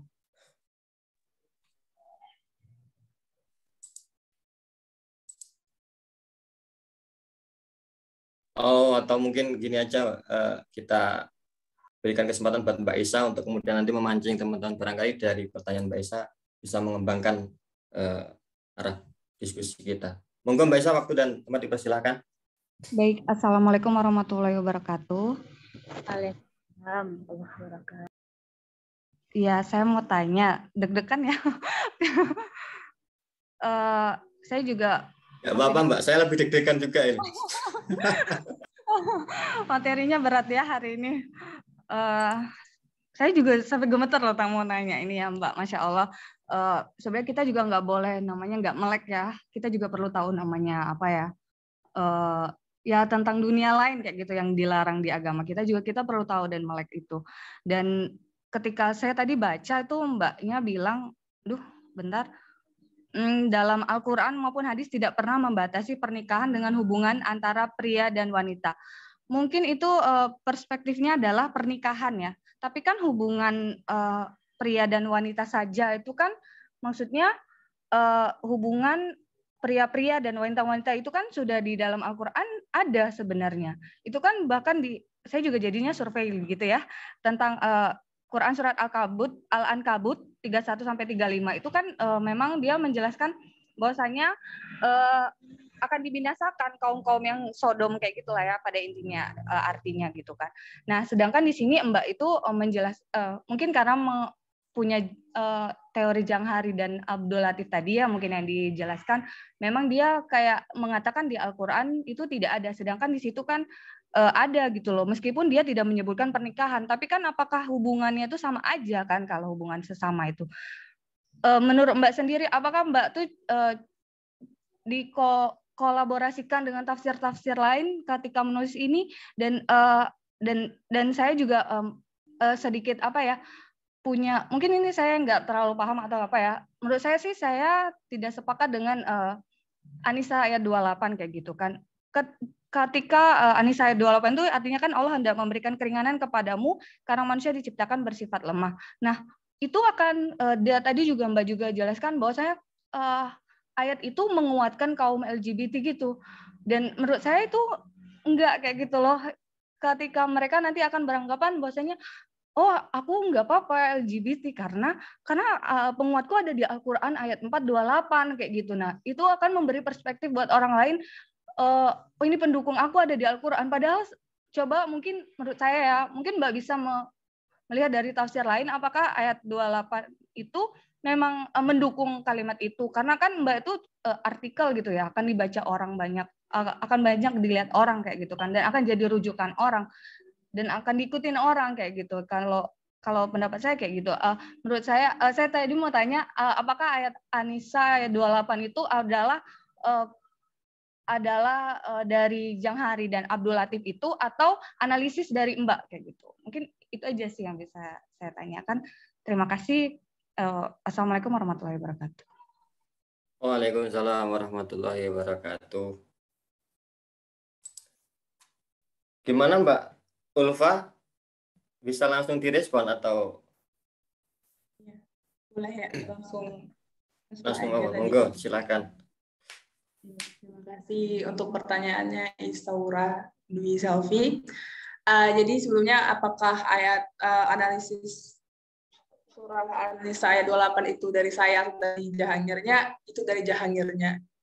Saya sendiri juga saya hanya menyampaikan gini loh cara Jahangir dalam menyampaikan bagaimana dia akhirnya menyimpulkan menerima pernikahan sesama jenis gitu. Dan Isa tadi bilang bagaimana tadi ada juga membahas Al-Ankabut ya, kayak kaum Sodom gitu. Sebenarnya ini materinya sudah saya presentasikan di kelas ya. Saya juga ketika membaca tulisannya Jahangir dan Abdul Latif, saya pikir ini kok rada sedikit tebang pilih gitu. Oke, iya kan ada tebang pilihnya gitu. Kenapa mereka menampilkan ini, tapi mereka tidak menampilkan itu ada gitu, kayak tidak seutuhnya. Tapi cerita tentang tebang pilih, memang siapa yang tidak tebang pilih gitu. Rata-rata orang dalam mengkonstruk hubungannya, mengkonstruk ide.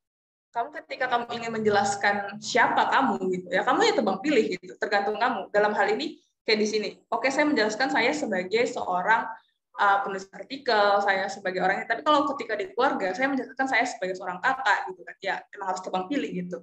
Nah, di sini Jahangir memang sedikit tebang pilih, tapi bukan tebang pilihnya fokusnya gitu. Bukan, kan tadi kan kayak saya bilang secara nggak langsung nggak bisa dong gitu. Ini ada juga Al-Ankabut bilang ini kan Sodom itu ya musnahkan gitu. Tentang kaum Lut ya. Itu tuh akhirnya bilang teksnya itu udah beda gitu. Kalau dulu memang orang tuh barbar. Sekarang LGBT itu nggak seperti itu kayak gitu. Secara nggak langsung dia bilang tidak konteksnya udah beda, orangnya aja udah beda gitu.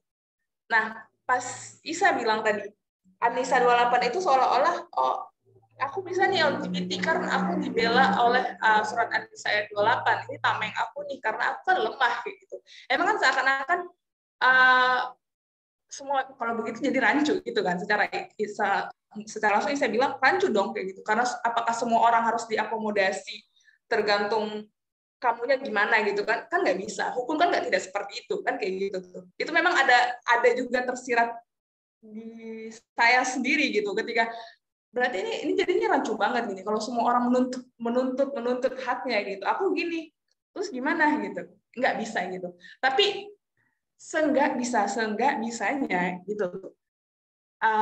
Ketika saya berpendapat gitu, ketika saya berargumen, ketika saya udah patuh gitu, patuh dalam arti saya tidak merusak, saya tidak ini, kenapa saya tidak difasilitasi, kayak gitu loh secara nggak langsung si Jahangir dan Abdul Latif bilang. Jadi ini murni pendapat Jahangir dan Abdul Latif. An-Nisa itu juga Jahangir dan Abdul Latif yang menopang, yang mengatakan bagaimana pendapat mereka tentang surah ini gitu. Perihal setuju atau tidak setuju itu aku rasa saya rasa beda lagi gitu.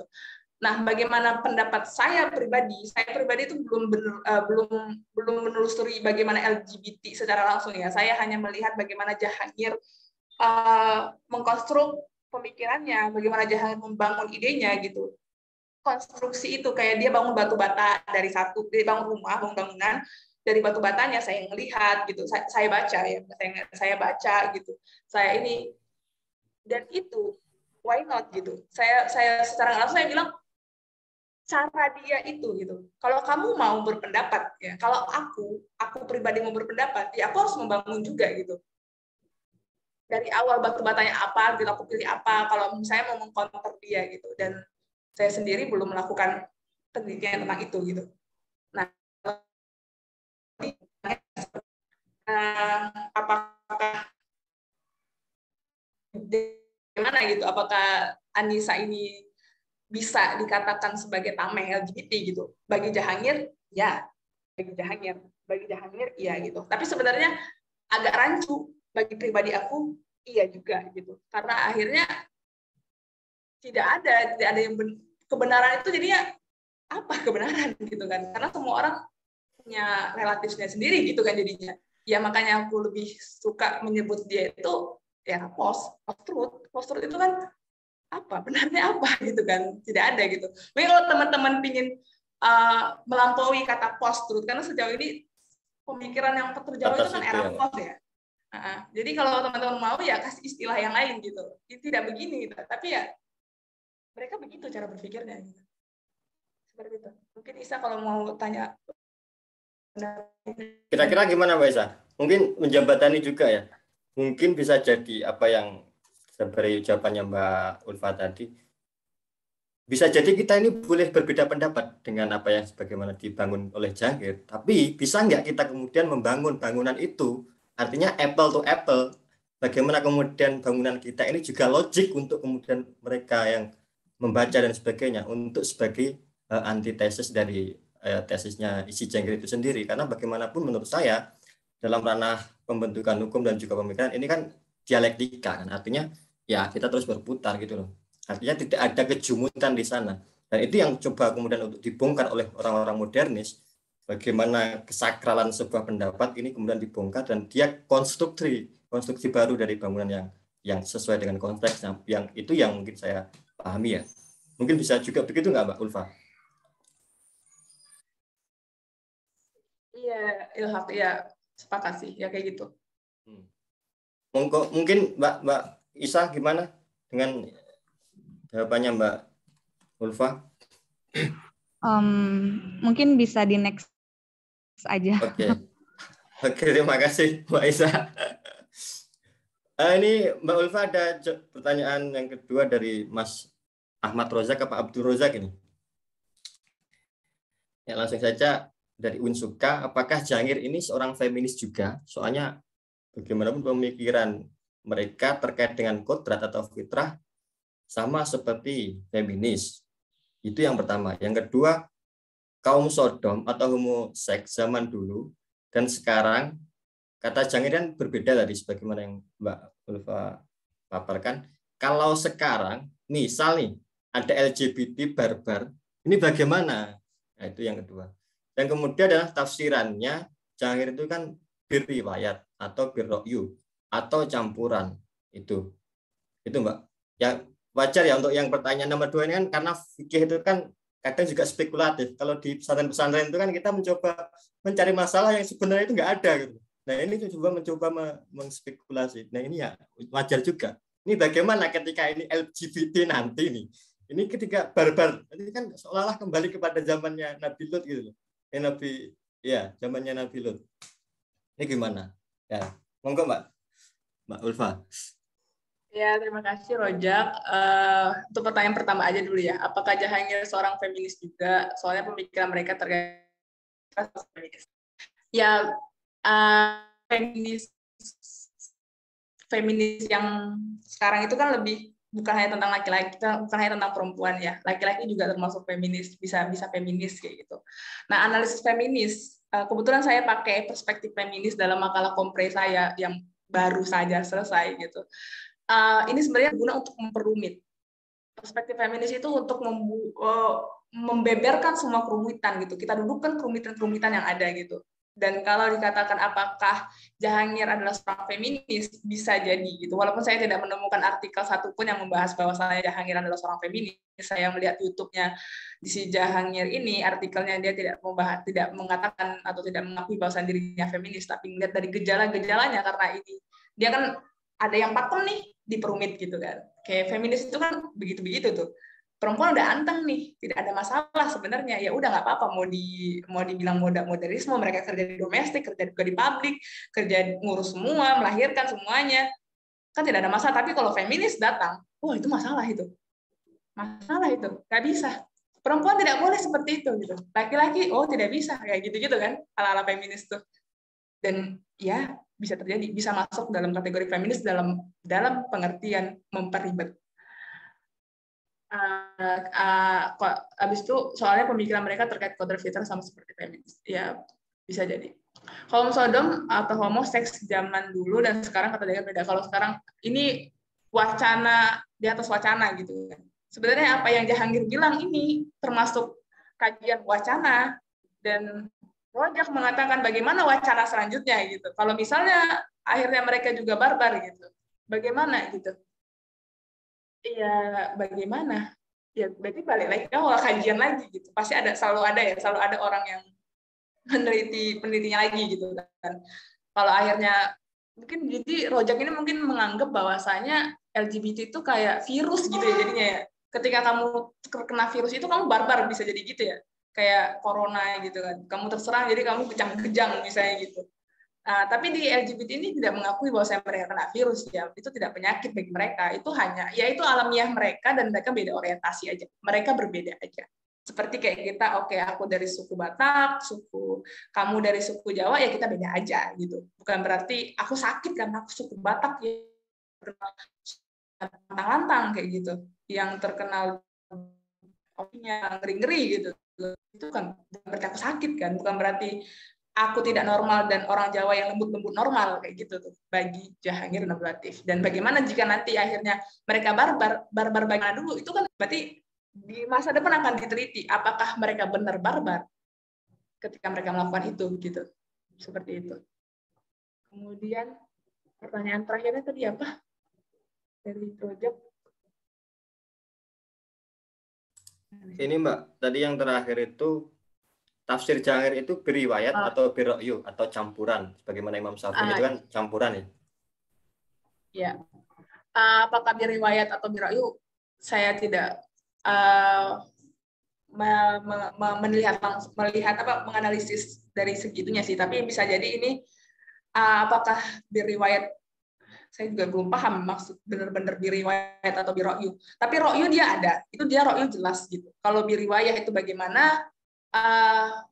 Mungkin riwayatnya itu juga tidak mendetail si Jahangir Nablatif itu dalam paparannya itu tidak benar-benar mendetail riwayat ini itu tidak gitu.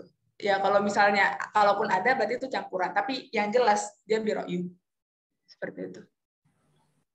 Kemudian udah. Oke, terima kasih Mbak Ulfa.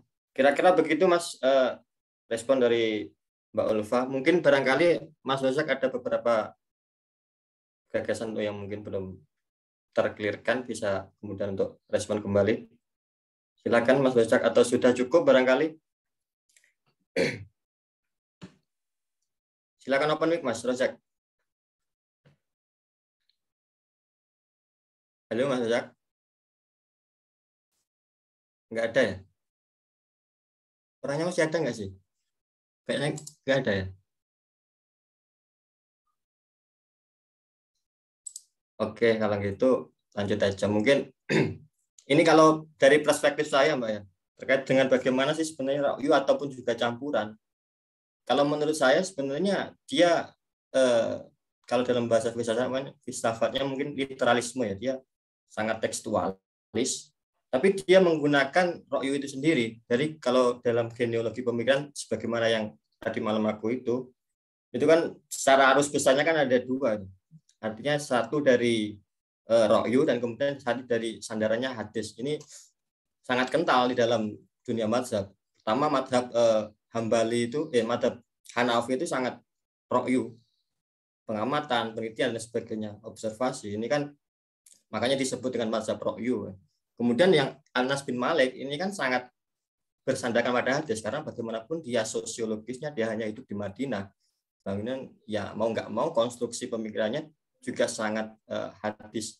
Nah kemudian dalam Imam Syafi'i ini kemudian dikombin, itulah kemudian ada sintesa di situlah. Kemudian sampai sekarang pun itu masih sangat kental. Itu yang saya tangkap juga. Bisa mungkin ada yang teman yang berbeda juga, bisa jadi. Next mungkin langsung aja ke pertanyaan ketiga dari dari Mbak Iklimah nih. Bukan, dari Mas Roset. Dari Tulungagung. Pertama, banyak laporan menyebutkan bahwa Pakistan atau tempatnya Jahangir lahir sebagai negara dan kekerasan seksual jenis nomor 1 di dunia, seperti sodomi, pedofilia, dan lain sebagainya. Parahnya, praktik same-sex abuse sering terjadi di lembaga keagamaan semacam pesantren di Pakistan. Nah, pertanyaannya, apakah dalam perspektifnya Jahangir, hal ini bisa jadi alasan untuk melegalkan pernikahan LGBT, mengingat dalil-dalil darul mafasid atau mencegah kerusakan itu sendiri untuk menghindari kasus-kasus same-sex abuse? Monggo Mbak, langsung direspon Wawan. Menarik ini. Ya, terima kasih. Dari ketika saya baca pertanyaannya ini, apakah ini intinya masih berkaitan dengan latar belakangnya si Jahangir yang lahir dari Pakistan gitu. Ini saya jadi teringat Sahrul yang memang tinggal di negara yang antara Eropa Asia kayak gitu ya. Makanya dia pasti melihat lingkungan seperti itu, makanya akhirnya dia bilang oke, same sex lagi, sex before marriage itu oke kayak gitu. Cuman si Jahangir saya tidak menemukan artikel juga yang membahas apakah ini berkaitan banget sama latar belakang dia lahir, karena sebenarnya kisahnya Jahangir ini dia itu dia tuh setelah tamat gitu ya, setelah S1 dia kerja di magazine gitu, di majalah, dan majalahnya itu The Gateway gitu ya. Nah, dia jadi penulis kayak gitu di situ, dan dia melihat bagaimana dia di situ pertama kali menulis bagaimana tentang pernikahan sesama jenis dalam Islam. Itu artikel biasa aja gitu kan. Nah, ketika dia nulis, habis itu ada ustadznya yang baca gitu, ustadznya yang nilai, dan ustadznya itu kayak mencaci dia, kayak mengatakan bahwasanya dia itu udah laknat, udah pokoknya pendosa banget. Nah, dia itu heran gitu, kenapa artikel saya direspon secara berlebihan gitu. Padahal saya hanya mengungkapkan pendapat. Itu di tahun 2004. Nah, pada tahun 2008, dia melanjutkan kuliah doktoralnya di Macquarie University Kanada. Di situ dia menjadi aktivis LGBT kayak gitu. Di situ dia menjadi aktivis LGBT, dan dia di umur dia 28 tahun dia baru menyadari bahwasanya dia gay. Sebelumnya dia udah dekat sama cewek, dan dia biasa aja gitu. Mungkin dia tidak menyadari bahwasanya dia itu ternyata penyuka sesama jenis. Awalnya dia biasa aja. Nah, pada umur 28 tahun ketika dia juga udah menjadi aktivis LGBT, dia menyadari bahwasanya ternyata diri dia itu seorang gay, seorang homoseksual kayak gitu. Nah, apakah ada kaitannya sama kekerasan yang terjadi di Pakistan? Saya juga kurang tahu, tapi mungkin bisa jadi ya. Tapi Jahangir tidak menceritakan bagaimana masa kecilnya. Dia tuh pernah presentasi di TED.com. Kalau teman-teman tahu, TED yang dia pernah memaparkan argumen dia tentang ini. Dan saya membaca komentar-komentarnya yang mungkin ada bias dari sendiri ya, ke belakang dia sendiri ketika mengatakan bahwasanya oke, LGBT ini sebagai jalan pelegalan LGBT sebagai jalan mencegah kerusakan gitu, karena memang di Pakistan sendiri saya rasa banyak banget rusak kayak gitu, laki-laki dan perempuan rusak, dia kenapa nggak diterjun aja pakai hukum dan kita legalkan dan kita buat kontrak hukumnya agar ini lebih tertib misalnya gitu. Saya tidak tahu apa yang ada di pikiran Jahangir, tapi yang lebih dekat saya rasa dia itu dari diri dia pribadi bisa jadi itu lebih dominan dari keresahan dia sendiri gitu. Ketika dia nulis, tiba-tiba ustadznya mencaci dia gitu. Kenapa ada respon yang berlebihan gitu? Di situ dia penasaran. Malah di situ dia menjadi homoseks juga. Seperti itu yang dia ceritakan. Oke, terus kemudian tadi Mbak, bagaimana kemudian ini jadi bisa nggak kira-kira apa ya? Ini legalkan dalam artian begini. Secara hukum negaranya, secara hukum agama mungkin ini kalau konteks Indonesia mungkin sulit, tapi artinya dalam hukum konstitusinya dipayungi hukum ini kira-kira sangat mungkin nggak untuk ke depan itu secara.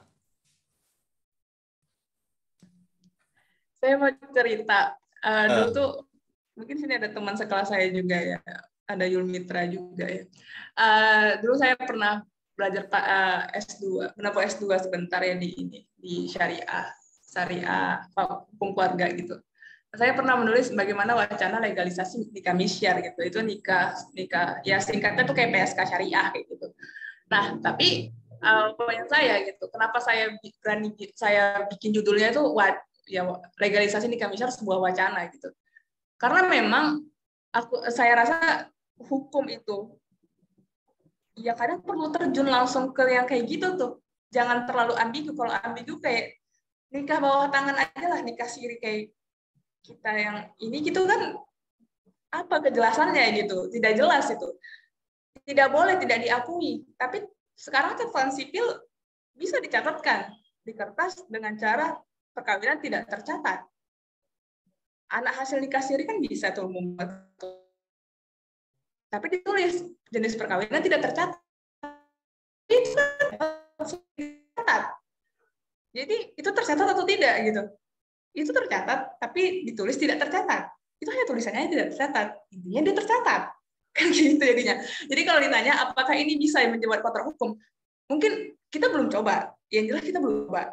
Kita belum coba. Tapi kan itu terlalu rentan juga hanya untuk coba-coba gitu kan. Masa kita coba nih legalkan LGBT. Nanti kalau nggak boleh ya nggak lagi. Itu kan nggak semudah itu ya kita membuat formulasi hukum ya. Cuman kita belum tahu gitu aja gitu. Tapi bagaimana ya tergantung argumen yang dibangun. Maka argumen-argumen ke depannya mungkin orang-orang pas depan gitu. Bagaimana mereka membangun? Udah sejauh apa keresahan ini gitu. Kayak undang-undang TPKS yang baru disahkan setelah puluhan tahun juga belum disahkan, akhirnya disahkan juga gitu. Itu kan berintis ya, proses gitu. Dan yang jelas kita sekarang tidak bisa menutup kemungkinan apapun. Susah. Kalau kamu menutup kemungkinan tidak mungkin gitu. Itu kalau kamu dipertanyakan kenapa kan kayak gitu. Nggak bisa kita menutup itu. Jadi kita terbuka aja untuk diskusi-diskusi begitu gitu. Tapi kita ngelihat lagi gitu. Jangan sampai kita kehilangan juga jati diri kita gitu. Apalagi yang untuk coba-coba kayak gitu. Apakah kontrak hukum itu mungkin atau tidak? Ya jawabannya mungkin aja gitu. Tapi ya kayak gitu. Saya itu jadi teringat ini loh. Ketika saya Sahal Mahfud itu ketika dia di MUI, dia kan mencoba mengakomodir tempat lokalisasi ya. Duh, ini kan seolah-olah dipahami bahwasanya agama itu melegalkan seks di luar nikah gitu. Duh, sebenarnya kan bukan itu yang jadi titik poinnya, bahwasanya orang yang bahasanya seks dengan di luar nikah itu kan masih ada. Kita nggak bisa kemudian memberantas hangus karena bagaimanapun sunatullahnya ya tetap ada orang yang kayak gitu. Nah, untuk meminimalisir adanya kemandaratan dan sebagainya, nah ini kan monggo yang pengen memang punya orientasi ke sana ya silahkan saja, nggak apa-apa. Artinya ini bukan kok agama melegalkan ini, enggak, tapi ini sebagai payung mereka biar ya tidak banyak kemandaratan. Itu yang saya juga nggak tahu ini apa enggak, kita saya analogikan seperti itu juga. Karena bagaimanapun kayaknya ketika ini orientasi seksual ini biologis juga, kayaknya apa yang bisa kemudian menghentikan mereka kalau memang kita nggak sependapat loh ya. Itu sih. Gimana Mbak Alfa? Kira-kira itu gimana itu? Ya, apa kemudian yang menghentikan mereka gitu? Kita tidak mereka kan gitu. Tapi kan lagi-lagi jangan jadi ini kita jadi lengah juga gitu. Saya tidak mau juga kita lengah akhirnya mempersilahkan aja semua orang itu ya begitu gitu kan. Yang kayak pertanyaan Isa tadi di awal. Rancu jadinya gitu. Apa jadinya dunia ini juga gitu kan. Ya tidak benar juga gitu. Ya apa ya? Masa mau dibilang anjing menggonggong kafilah berlalu gitu ya. Maksudnya ya udah iya kamu ya begitu gitu. Tapi kan aku juga punya aku sendiri gitu. Aku udah cara aku sendiri dan kita kuat di situ gitu. Apa yang disampaikan? Apa yang kamu sampaikan gitu. Itu bisa jadi apa yang berbeda dengan apa yang kamu lakukan gitu. Seringnya ya karakteristik beragama Indonesia ini yang aku lihat itu ya begitu gitu. Makanya kita terkenal dengan orang-orang yang kenapa kita berbeda gitu, kenapa kita tidak barbar, kenapa kita tidak seperti Timur Tengah yang merasa kebenaran kita mutlak diri kita sendiri gitu ya. Itu mungkin kita tuh menekan gitu loh, kayak ala orang Jawa mungkin ya. Aku sepakat sih gitu, kayak nggak di permukaan gitu. Kalaupun kita tidak setuju dengan karena kita berbeda dengan orang-orang LGBT, kita tidak mengkonfrontasikan itu di depan mereka gitu. Tidak gitu. Kita kan seolah-olah mempersilahkan, tapi mengamankan di belakang gitu. Ini unik jadinya. Banyak teman-teman aku di kelas itu penelitiannya kan ala-ala corak Islam Indonesia itu ya ke arah sana gitu. Ke arah ambiguitas tidak jelas sebenarnya. Kita tidak saklek gitu. Dan kalau dibilang tidak ada menghentikan biologis mereka, oke, iya gitu. Tapi bukan berarti kamu bebas juga gitu. Ada gitunya kita tuh. Ya. Artinya regulasinya tetap diatur gitu ya Mbak. Oke, mungkin bisa lanjut Mbak. Ini ada pertanyaan lagi dari Mas Dwiki Bagas Setiawan. dari UIN RMS itu mana ya? Saya nggak tahu ya. Pertanyaannya, Solo ya Allah. Bulanku kurang atuh ya Pak. Pertanyaannya, apakah Jahangir ini juga pernah mendampingi atau memberikan akses untuk para LGBT? Akses gimana ini? Saya belum juga nangkep. Kemudian seperti halnya pada pernikahan beda agama, dari pemikirannya Nurholis Majid yang sekarang juga punya lembaga yang namanya Perce. Itu yang pertama. Yang kedua, pertanyaan, menurut teori Qiraah Mubadalah yang digagas oleh Dr. Fakihuddin, pernikahan bertujuan untuk kesalingan, kemitraan, dan juga tanggung jawab bersama. Dan membentuk musya'arah bil ma'ruf. Teori ini menengahi dari perdebatan antara feminis radikal dan liberal dan juga ekofeminis. Nah, apakah bisa dipraktekkan pernikahan sama jenis ini? Pemikiran Jahangir apa tidak bertentangan dengan maqasid syariah itu sendiri? Dan penafsiran Jahangir dalam menentukan istimbat hukum, apakah sudah teruji sebagai contoh pemikiran fenomenal dari Muhammad Syahrul itu sendiri? Monggo Mbak, langsung mawon.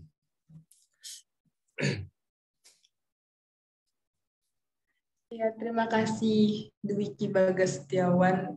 Saya juga tidak tahu UIN RMS di mana. Apakah Jahangir ini juga pernah mendampingi atau memberikan akses untuk LGBT? Dia seorang aktivis LGBT. Dia menyuarakan tentang bagaimana LGBT itu bisa diakomodir kayak gitu. Dan dia pernah bilang, kesulitan saya gitu adalah ketika saya menemui, misalnya dia tahu nih ada seorang Muslim LGBT gitu, dan mereka diam gitu. Itu sulit sekali. Dia bicara di forum td.com itu gitu. Dan dia pernah juga memberikan shot kayak kuliah singkat kayak gitu di upload juga di YouTube. Dia bilang sulit sekali gitu ketika saya terjun gitu, ketika saya lihat lapangan gitu. Dan itu sangat sulit untuk ayo dong dukung aku, ibaratnya gitu ya, ikuti gerakan aku gitu. Mereka tidak bisa gitu. Mereka bahkan di Amerika sendiri itu sesulit itu gitu. Ini dalam konteksnya Muslim ya, bukan yang non Muslim gitu. Kita bicara LGBT Muslim. Dan mereka nyadar kalau mereka itu punya orientasi seksual yang berbeda, tapi mereka lebih menekan. Jadi mereka diam.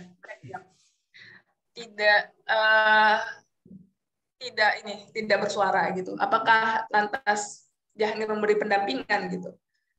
Saya tidak tahu apa yang dilakukan Jahangir, apakah dia buka konseling kayak gitu, itu saya tidak yakin dia membuka konseling, karena memang dia konsentrasinya di ekonomi ya, dia seorang asisten profesor di ekonomi, kayak Sahrul yang di arsitektur ya, sedangkan ya dia di ekonomi gitu, cuman minat kajiannya ada di bidang antropologi ekonomi seperti itu, dan dia latar belakangnya juga kayak gitu di Pakistan. Saya merasa bahwa dia memberikan pendampingan khusus gitu, tapi dia menyuarakan iya, dia aktivis iya, dia menulis iya, dia penggiat LGBTQ iya, LGBTQ Muslim terutama. Tidak ada lembaga, saya temukan lembaga khusus yang dinaungi oleh si Abdul Latif ini. Kemudian apakah bisa dipraktekkan pernikahan sama jenis ini tentang pemikiran Jahangir apa tidak bertentangan dengan maqasid syariah dan penasaran Jahangir dalam menentukan istimbat hukum, apakah sudah teruji seperti ini? Kalau ini kan, kalau misalnya Muhammad Sahrul itu sejauh saya tahu itu dia itu dalam bentuk disertasi gitu, itu jelas lebih kuat ya, lebih pakem penelitiannya gitu. Jahangir ini sama Abdul Latif dalam bentuk buku karya mereka gitu, itu buku yang diterbitkan pada tahun 2016. Dan buku ini itu direview oleh Aminah Wadud. Aminah Wadud bilang ada 3 buku yang dia akui sebagai buku rujukan utama. Buku rujukan utama ketika kamu ingin mengetahui bagaimana pernikahan LGBTQ dalam Islam, itu ada 3 buku utama. Dan 3 buku ini saling berkaitan. Dan di antara 3 buku ini termasuklah buku Jahangir Abdul Latif yang paling belakangan, paling terbaru terbit kayak gitu. Cuman masih ada kritikan juga gitu, karena memang nggak bisa hanya sebatas kasih sayang, mawaddah, jalinan kasih gitu kata Aminah Wadud. Dan disinilah masih ada kritikannya juga sebenarnya buku karya Sidang Erin Ablatif ini. Kalau ditanya apakah teruji atau tidak, ya dia dalam karya buku, bukan dalam karya disertasi. Kalau disertasi ya teruji ya, ada 8 promotor di situ ya. Kemudian apa tadi, kemitraan membentuk masyarakat taruh lebih dari perbedaan bisa praktekkan.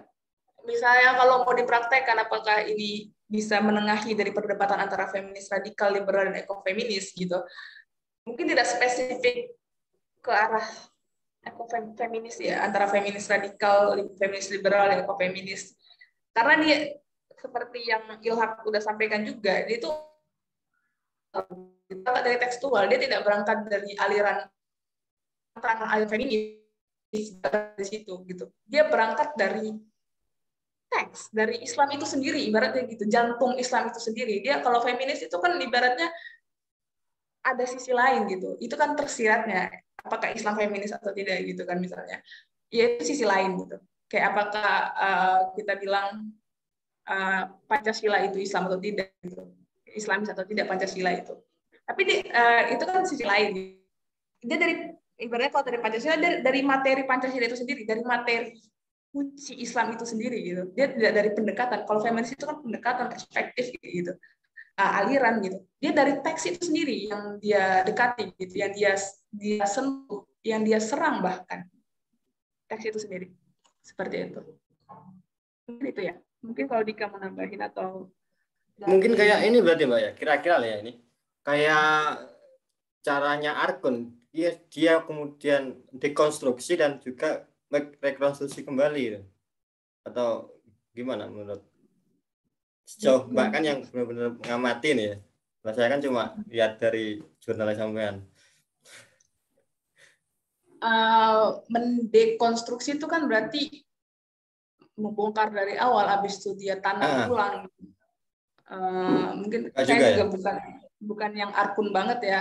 Saya cuma paham lapisan-lapisan luarnya aja gitu. Tapi kalau dia bongkar dari awal, dia sebenarnya masih berkaitan sama penafsiran orang-orang gitu. Cuman dia pakai analisis kritisnya aja, pakai nalar kritisnya gitu. Ini kayak saya bisa nasar ya, mungkin ala-ala saya itulah ya. Bisa jadi. Saya bisa nasar juga, saya sebenarnya belum paham benar pemikirannya bagaimana. Cuman yang saya lihat itu si Jahangir itu masih, kamu melihat sesuatu itu hijau selama ini semua. Dia bilang nggak hijau-hijau banget loh gitu. Masih ada hijaunya, tapi kamu coba dong lihat kayak gininya. Ada sisi ininya, dan sisi ininya lah yang dipupuk sama si Jahangir Naglat untuk membentuk argumen dia kayak gitu. Mungkin seperti itu. Ada tambahan dari Dika atau dari siapa aja di grup ini? Mungkin yang lain teman-teman yang ingin berpendapat dengan pandangan perspektif lain bisa jadi dipersilakan. Kita masih cukup waktu, mungkin barangkali 10 menit lagi lah. Monggo. Mungkin Pak Presiden, Thomas Zezen, mungkin barangkali teman-teman juga yang lain dipersilakan. Saya boleh bertanya enggak, Pak Moderator? Oh, monggo Mbak Eklima.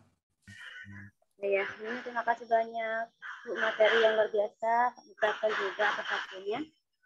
Saya mengalami dilema juga sih. Karena saat ini itu kan memang marak LGBT itu di sekitar kita.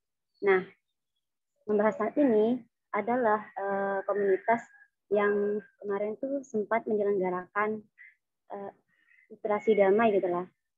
Kemudian tuh mengundang seluruh warga lintas iman dan juga yang kayak gitulah, yang kayak LGBT gitu Mbak. Nah, misal kita berkecimpung di dalamnya, apakah kita itu secara tidak langsung juga menyemarakkan misal adanya LGBT itu sendiri? Itu yang saya pertanyakan. Kemudian terkait artikel ini, dari pensakitannya tuh, adakah revisi atau pesan-pesannya seperti apa sih Mbak? Gitu. Kami ingin tahu terkait penyakitannya kayak gitu sih. Saja sih, terima kasih. Monggo Mbak Ulfa bisa langsung direspon juga. Ini pertanyaan yang kedua bisa diulang dong. dari Iklimah. Atau Ilhaq dengar nggak tadi?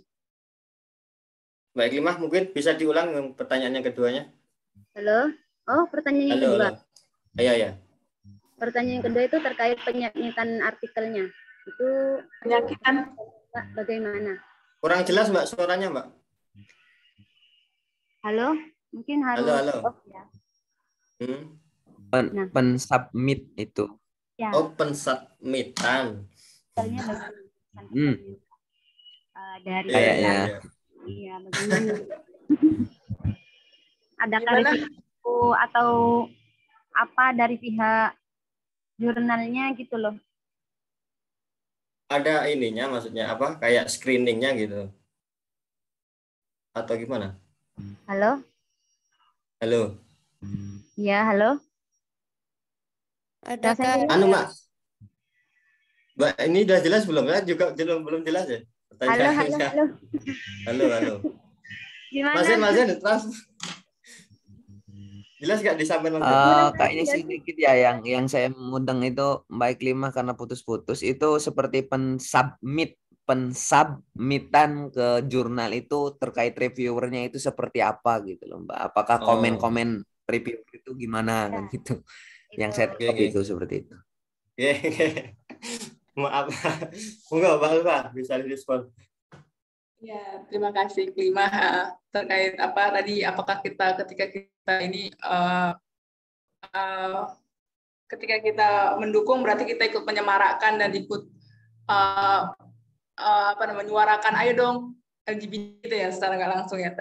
Lebih jauhnya kayak gitu ya. Tadi kan Iklimah nanya yang pertanyaan pertama kan Iklimah baru ada kajian literasi damai yang di situ berkumpul tuh orang-orang yang seperti itu, minoritas seperti itu gitu. Bagaimana gitu kan? Apakah ketika kita mempersilahkan berarti kita mendukung sepenuhnya gitu.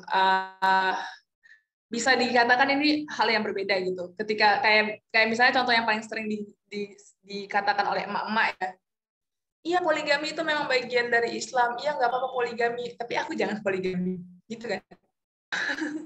Tapi tolong suamiku jangan suamiku yang poligami kayak gitu kan ya. Itu kan secara langsung itu ciri khas banget Indonesia banget sebenarnya yang aku rasa kayak gitu tuh. Iya nggak apa-apa ya kayak gitu ya lanjut aja tapi jangan aku ya gitu. Misalnya ayo kita nih, tapi kalau misalnya isu Palestina kan kita lebih ada tindakannya ya. Kita negara yang paling loyal banget ya untuk ngasih bantuan ke Palestina gitu. Tapi kan sebenarnya setidaknya jangan kita gitu. Seringnya Indonesia kayak gitu tuh karakteristiknya. Nah, apakah ketika kita mengatakan ya udah LGBT seperti itu gitu, apakah kita seperti menyuarakan mendukung menyuruh orang untuk LGBT? Aku rasa itu hal yang berbeda. Itu hal yang berbeda gitu. Kayak misalnya simpelnya mungkin Iklimah gaya jilbabnya kayak gitu, aku gaya jilbabnya seperti ini. Apakah aku akan ketika aku memperbolehkan Iklimah jilbabnya kayak gitu, berarti aku akan pakai jilbab kayak Iklimah juga gitu. Enggak juga, aku punya cara aku sendiri kayak gitu, lebih sering gitu. Tapi setidaknya itu masih dalam koridor gitu. Dan ketika kita kayak Iklimah mengatakan dilema gitu, sebenarnya secara nggak langsung Iklimah udah berpikir dan Iklimah secara nggak langsung, kalau dilema itu kan berarti antara memperbolehkan tapi aku satu sisi bingung juga gitu kan ya. Itu setidaknya udah mentoleransi, karena poin utamanya mungkin saya lebih sepakat di sini ya toleransi tadi gitu, yang kayak ada ini kan tentang kalau memang itu tentang moral gitu, kamu adalah orang bermoral gitu. Moral itu kan seharusnya tidak menindas gitu kan. Habis itu ini kan kita hanya gitu, proses menuju apa yang benar itu gitu. Proses itunya gitu. Ya kalau bisa tidak menindas gitu, tidak menganggap diri kamu benar seutuhnya gitu. Nah, ketika dilema tadi itu sebenarnya udah tahap bersyukur banget. Berarti kita sudah berpikir dan kita secara nggak langsung mentoleransinya ke arah sana gitu. Bukan berarti kita menyuarakan dan mendukung dan menyuruh orang untuk LGBT, apalagi kayak disertasi Pak Abdul Aziz itu kan ada komentar-komentar yang ngeri banget, coba anak kamu gitu. Ada gitunya kan? Coba anak kamu yang dikumpul-kumpulin gitu. Atau misalnya di sini juga ada yang menyuarakan, coba bagaimana Ulfa jika ada orang terdekat kamu LGBT, itu terlalu ini ya, terlalu apa ya, aku bilang ya, nggak sopan sih sebenarnya, karena bukan itu poinnya gitu. Ketika seseorang mengatakan oh ya udah, bukan berarti dia seperti itu juga gitu kan, tidak, itu terlalu pendek juga mikirnya kayak gitu. Kemudian yang terakhir, bagaimana tentang pensubmitan ini gitu. Itu judul bukan dari saya ngomong-ngomong. Itu judul si reviewernya yang buat, BTW. Terbongkar ya berarti Mbak, terbongkar ya. Bukan Jadi dari sebenarnya sampean. saya juga bingung gitu, kenapa jadi judulnya mengerikan seperti ini gitu. Karena saya Iya, bilang iya, itu iya. lebih ke pandangan Jahangir dan Abdul Latif terkait pernikahan sesama jenis dalam Islam. Pandangan itu judulnya yang saya buat awalnya ketika mensubmit artikel itu Februari 2021. Di April 2022 saya menemukan bapaknya bilang oke, revisi kayak gitu, lebih direvisi lagi karena saya tidak mencatatkan biografi ya, jadi disuruh mencatatkan biografinya. Habis itu lebih penekanan kalau ini adalah argumennya Jahangir dan Abdul Latif. Oke gitu. Di Mei saya selesai revisi, Juni kalau nggak salah udah terbit, Juni atau Juli. Nah di situ tuh saya juga terkejut kenapa judulnya jadi menerima pernikahan sesama jenis dalam Islam gitu. Wow gitu kan. Saya juga wow gitu. Tapi itu mungkin trik ya. Jurnal ini kan marketing juga ya. Makin banyak dibaca, mempertahankan agresivitas gitu. Ya udahlah, paham-paham aja sih. Ya udah, nggak apa-apa juga gitu. Karena memang poinnya juga intinya mereka menerima. Tapi kan ini hasil telaah dari pemikiran Jahangir dan Abdul Latif seperti itu. Mungkin itu aja. Iya, terima kasih Mbak Ulfa. Kiranya kita sudah sampai di penghujung acara. Mungkin masih 3 menit, ini sisa 3 menit. Barangkali ada teman-teman yang lain pengen tanya atau masih ada beberapa pendapat yang pengen diutarakan. Silakan. Atau kalau nggak ada, mungkin ini bisa diceritakan Mbak, barangkali. Ada nggak sebenarnya ada pihak-pihak yang nyerang sampean ini? Mungkin bisa di-share di sini biar jadi pengalaman teman-teman juga ketika mungkin menulis dengan yang mungkin judul seksi dan sebagainya, bisa untuk jadi antisipasi awal. Bisa jadi. Monggo Mbak, bisa di-share. Iya, sebenarnya sedikit cerita itu dari orang terdekat jelas ya, dari orang tua sendiri gitu. Saya sampai tadi pagi tuh masih diceramahin itu. Biar jangan aneh-aneh yang disampaikan. Mungkin ya namanya juga orang tua ya. Dan kebetulan ibu saya itu sangat penggemar Adi Hidayat gitu. Habis saya disuruh ke Adi Hidayat saya. Tapi aku bilang ini beda gitu. Kayak aku cuma menyampaikan pemikiran. Nah, itu sebenarnya saya tuh ada catatan akhir ya. Di presentasi saya itu saya memiliki catatan akhir gitu. Saya cuma ingin menggugah orang-orang kayak kamu intinya ada loh orang lain selain kamu gitu. Ayo dong gitu. Ada mereka kayak gitu. Kalau kamu memang kentoh juga Allah sayang sama kita semua gitu kan. Kenapa? Apakah benar-benar mereka apa yang saya singkatnya apa yang LGBT lakukan sama kamu gitu? Kenapa kamu serentan itu gitu? Kenapa kamu keluar sampai menindas mereka itu? Aku rasa nggak bisa dibenarkan kayak gitu. Apalagi nih ya, sebenarnya ini kesempatan emas. Aku nggak tahu ini kesempatan emas, tapi bisa juga membunuh, jadi kayak pisau juga ya. Satu sisi bermanfaat, tapi satu sisi juga bisa menyerang Islam itu sendiri gitu. Tapi ini kesempatan kalau bisa dimanfaatkan, ini kesempatan bagi Islam itu sendiri. Gitu. Progres lebih ke depannya ya. Karena kan sampai sekarang ya tidak ada satupun agama yang benar-benar memfasilitasi, mengakomodasi kepentingan LGBT gitu. Dan itu yang hendak didemonstrasikan sama Jahangir dan Abdul Latif gitu. Ayo dong, Islam ini punya kesempatan loh. Gitu. Walaupun Islam itu kayak keluar-keluar gitu. Ya nggak bisa lah, itu ya namanya gini-gini, namanya gini-gini. Tapi masa orang itu nyata, orang seperti itu tuh ada. Lantas bagaimana? Kalau kamu bilang nggak bisa, lantas bagaimana? Mereka di bumi yang sama loh. Terus gimana? Kan gitu tuh. Sedangkan di Amerika jadi yang mereka berpikir, ya udah aku tidak beragama, aku ateis jadinya. Mereka mau berislam gitu. Bagaimana? Ayo dong. Makanya kan di akhir jangan bilang ini itu ada celah mendiskusikan ulang lagi tentang isu LGBTQ ini gitu. Tapi itu kan ditutup, tidak boleh gitu. Jadi ya kita juga ada rasa segan sendiri gitu. Karena kamu tidak hanya melukai norma-norma yang udah kamu pahami gitu. Norma sosial, norma agama. Itu keras itu jadinya kalau kita buka diskusi begitu, jadi keras gitu. apa maksud kamu gitu. Nah, itu susah banget. Udah. Aku rasa ini bisa mungkin nanti mungkin 5-6 generasi ya. Mungkin 80-100 tahun lagi mungkin masih bisa, baru masih bisa dibongkar dengan alat, dengan lebih santai kita mendiskusikan seperti ini kayak gitu. Mungkin itu, atau dari Dika kalau ada kata-kata menutupnya. Bisa mungkin dibongkar, tapi mungkin kita juga nggak tahu, Mbak. Ini kan dunia kan ya nggak tahu siklus waktunya sampai kapan. Mungkin apa ya? Bagi saya sebenarnya kita terima kenyataan bahwasanya pemikiran dan juga gerakan mereka sebagaimana adanya, karena bagaimanapun ya itu kenyataan yang harus kita terima. Tapi apakah kemudian kita membiarkan, apakah kita juga kemudian hanya terima begitu saja, kan juga enggak. Artinya kita juga punya gerak dan juga punya wacana untuk kemudian merespon mereka. Entah bagaimana nanti, paling tidak kita ada, menurut saya pribadi ada semacam diskusi atau juga dialog yang bisa kemudian untuk menegosiasikan keadaan sosial itu yang bisa diakomodir dalam sebuah hukum. Bisa jadi mungkin itu yang saya tambahkan. Kiranya teman-teman ini sudah di penghujung acara. Nggak etis juga kalau saya menambahkan waktu, karena memang dari awal sudah kesepakatan tadi molor sampai jam berapa tadi, jam 10 lebih sedikit lah, jam 11. Ya mungkin saya mewakili teman-teman yang lain, panitia, Kemenistek, KMP, dan juga para pemateri itu sendiri. Saya mohon maaf yang sebesar-besarnya bila selama diskusi berjalan ini ada banyak kekurangan, ada banyak kekhilafan.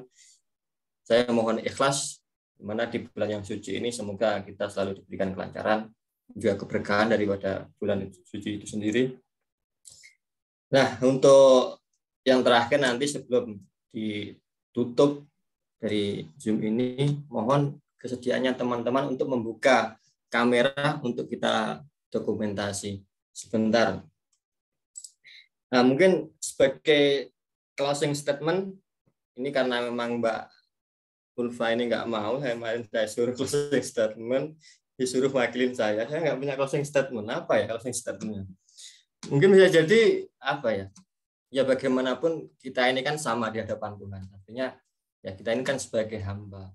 Bisa jadi kita memandang orang lain bisa jadi benar dan bisa jadi salah. Artinya jangan kemudian apa yang menjadi pendapat kita itu kemudian dibekukan dan juga ikut disakralkan. Artinya ya dalam hadapan Tuhan yang paling benar kan yang takwa. Nah, ketakwaan itu sendiri kan yang tahu cuma ya hanya Tuhan itu sendiri. Oleh karenanya jangan sampai kemudian dengan adanya perbedaan itu melampaui hak-hak untuk mendasar hak orang lain. Mungkin itu saja dari saya. Nah, untuk itu saya akhiri dari diskusi ini. Billahi wa taufiq wa hidayah. Wassalamualaikum warahmatullahi wabarakatuh.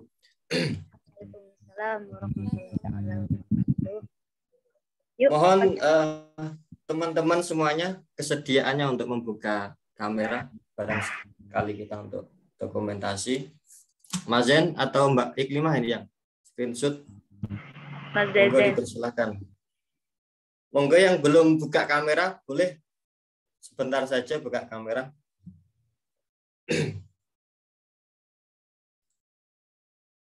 Ya Mbak Sherly, Mbak Putih Hatul. Nah, oke, hitungan ketiga ya. Ya, oke. Silakan. Hitung boleh, dihitung boleh. 1, 2, 3. Lagi. 1, 2, 3. Iya. Oke, terima kasih semuanya teman-teman yang di sini. Selamat melanjutkan aktivitas. Semoga segalanya diberkahi dan diperlancar oleh Tuhan. Amin. Amin. Amin. Luar biasa ya. Insyaallah. Oke, sekali lagi aplaus buat Mbak Ulfa. Terima kasih dan juga semuanya panitia. Terima kasih ya teman-teman dan undang. Terima kasih Mbak Ulfa. Halo. Ya. Jangan kapok Mbak Ulfa ya. Nih, Mbak. Ditunggu terus. Cocok jadi mahasiswa PMLD emang. Emang keren sih, emang keren sih. Ditunggu tulisan-tulisannya selanjutnya. Amin. Kemarin tuh saya diserang gini loh sama teman-teman di Jombang gitu. Wah, kamu ini sekarang liberal ya? Kamu udah nggak boleh ke pondok kan? Terus saya ini ngapain gitu loh? Saya kan jadi moderator tuh. Cuma kayaknya aku ini kayak pendukung juga. Wah, berat ini, berat. Suka duka ya, Mas. Masya Allah. Biarlah mereka dengan pikiran mereka. Yang penting kita tidak. Ya, aku suka nih kalau lebih spesifik kayak gini nih. Kalau tadi itu kan kalau misalnya terlalu umum banget agak ribet sebenarnya. Kalau ini kan kita anggap ya ini komunitas KMP nggak sih banyaknya? Di KMP. Ya rata-rata di KMP, Mbak. Tapi ada yang di luar sih. Iya. Ya mudah-mudahan memang mereka yang berniat bukan untuk mendiskriminasi atau memuji gitu sih. Tapi emang ketika mendengarkan terus seakan-akan kita itu ingin membenarkan loh. Dari argumen yang kuat itu. Yeah. Soalnya berlandaskan kemanusiaan gitu loh. Mengatasnamakan kemanusiaan dan kemaslahatan. Agak riskan juga. Ya itu sih kalau akibat cuma baca judul aja ya kayak gitu. Nggak dibaca nyampe kesimpulan. Ya itu kayak besar ekspektasinya Pak ya. Pak siapa? Pak Ibnu Mudir. Ya benar. Lo nggak tahu. Benar. Aku udah baca Pak itu Pak buku Pak udah selesai. Udah selesai bukunya. Udah selesai. Ya cukup tahu kemudian bangunan argumentasinya. Bisa lah kita bikin buku juga. Ini minggu depan siapa nih minggu depan? Teman-teman. Lebaran, Mbak. Rekomendasi, Mbak. Terlebih dahulu karena mau lebaran. Oh iya. Iya. Mau buat kue. Oh, buat kue ya lebaran ya. Iya benar. Ya, mau hantaran, Mbak. Ada yang mau hantaran. Mohon doanya. Siapa, Mbak? Baik 5. Jajan Dut. Oh. Kan buat kue, Pak. Masya Allah. Elis kapan, Lis? Ini anak kosan aku nih. Beruntung ya.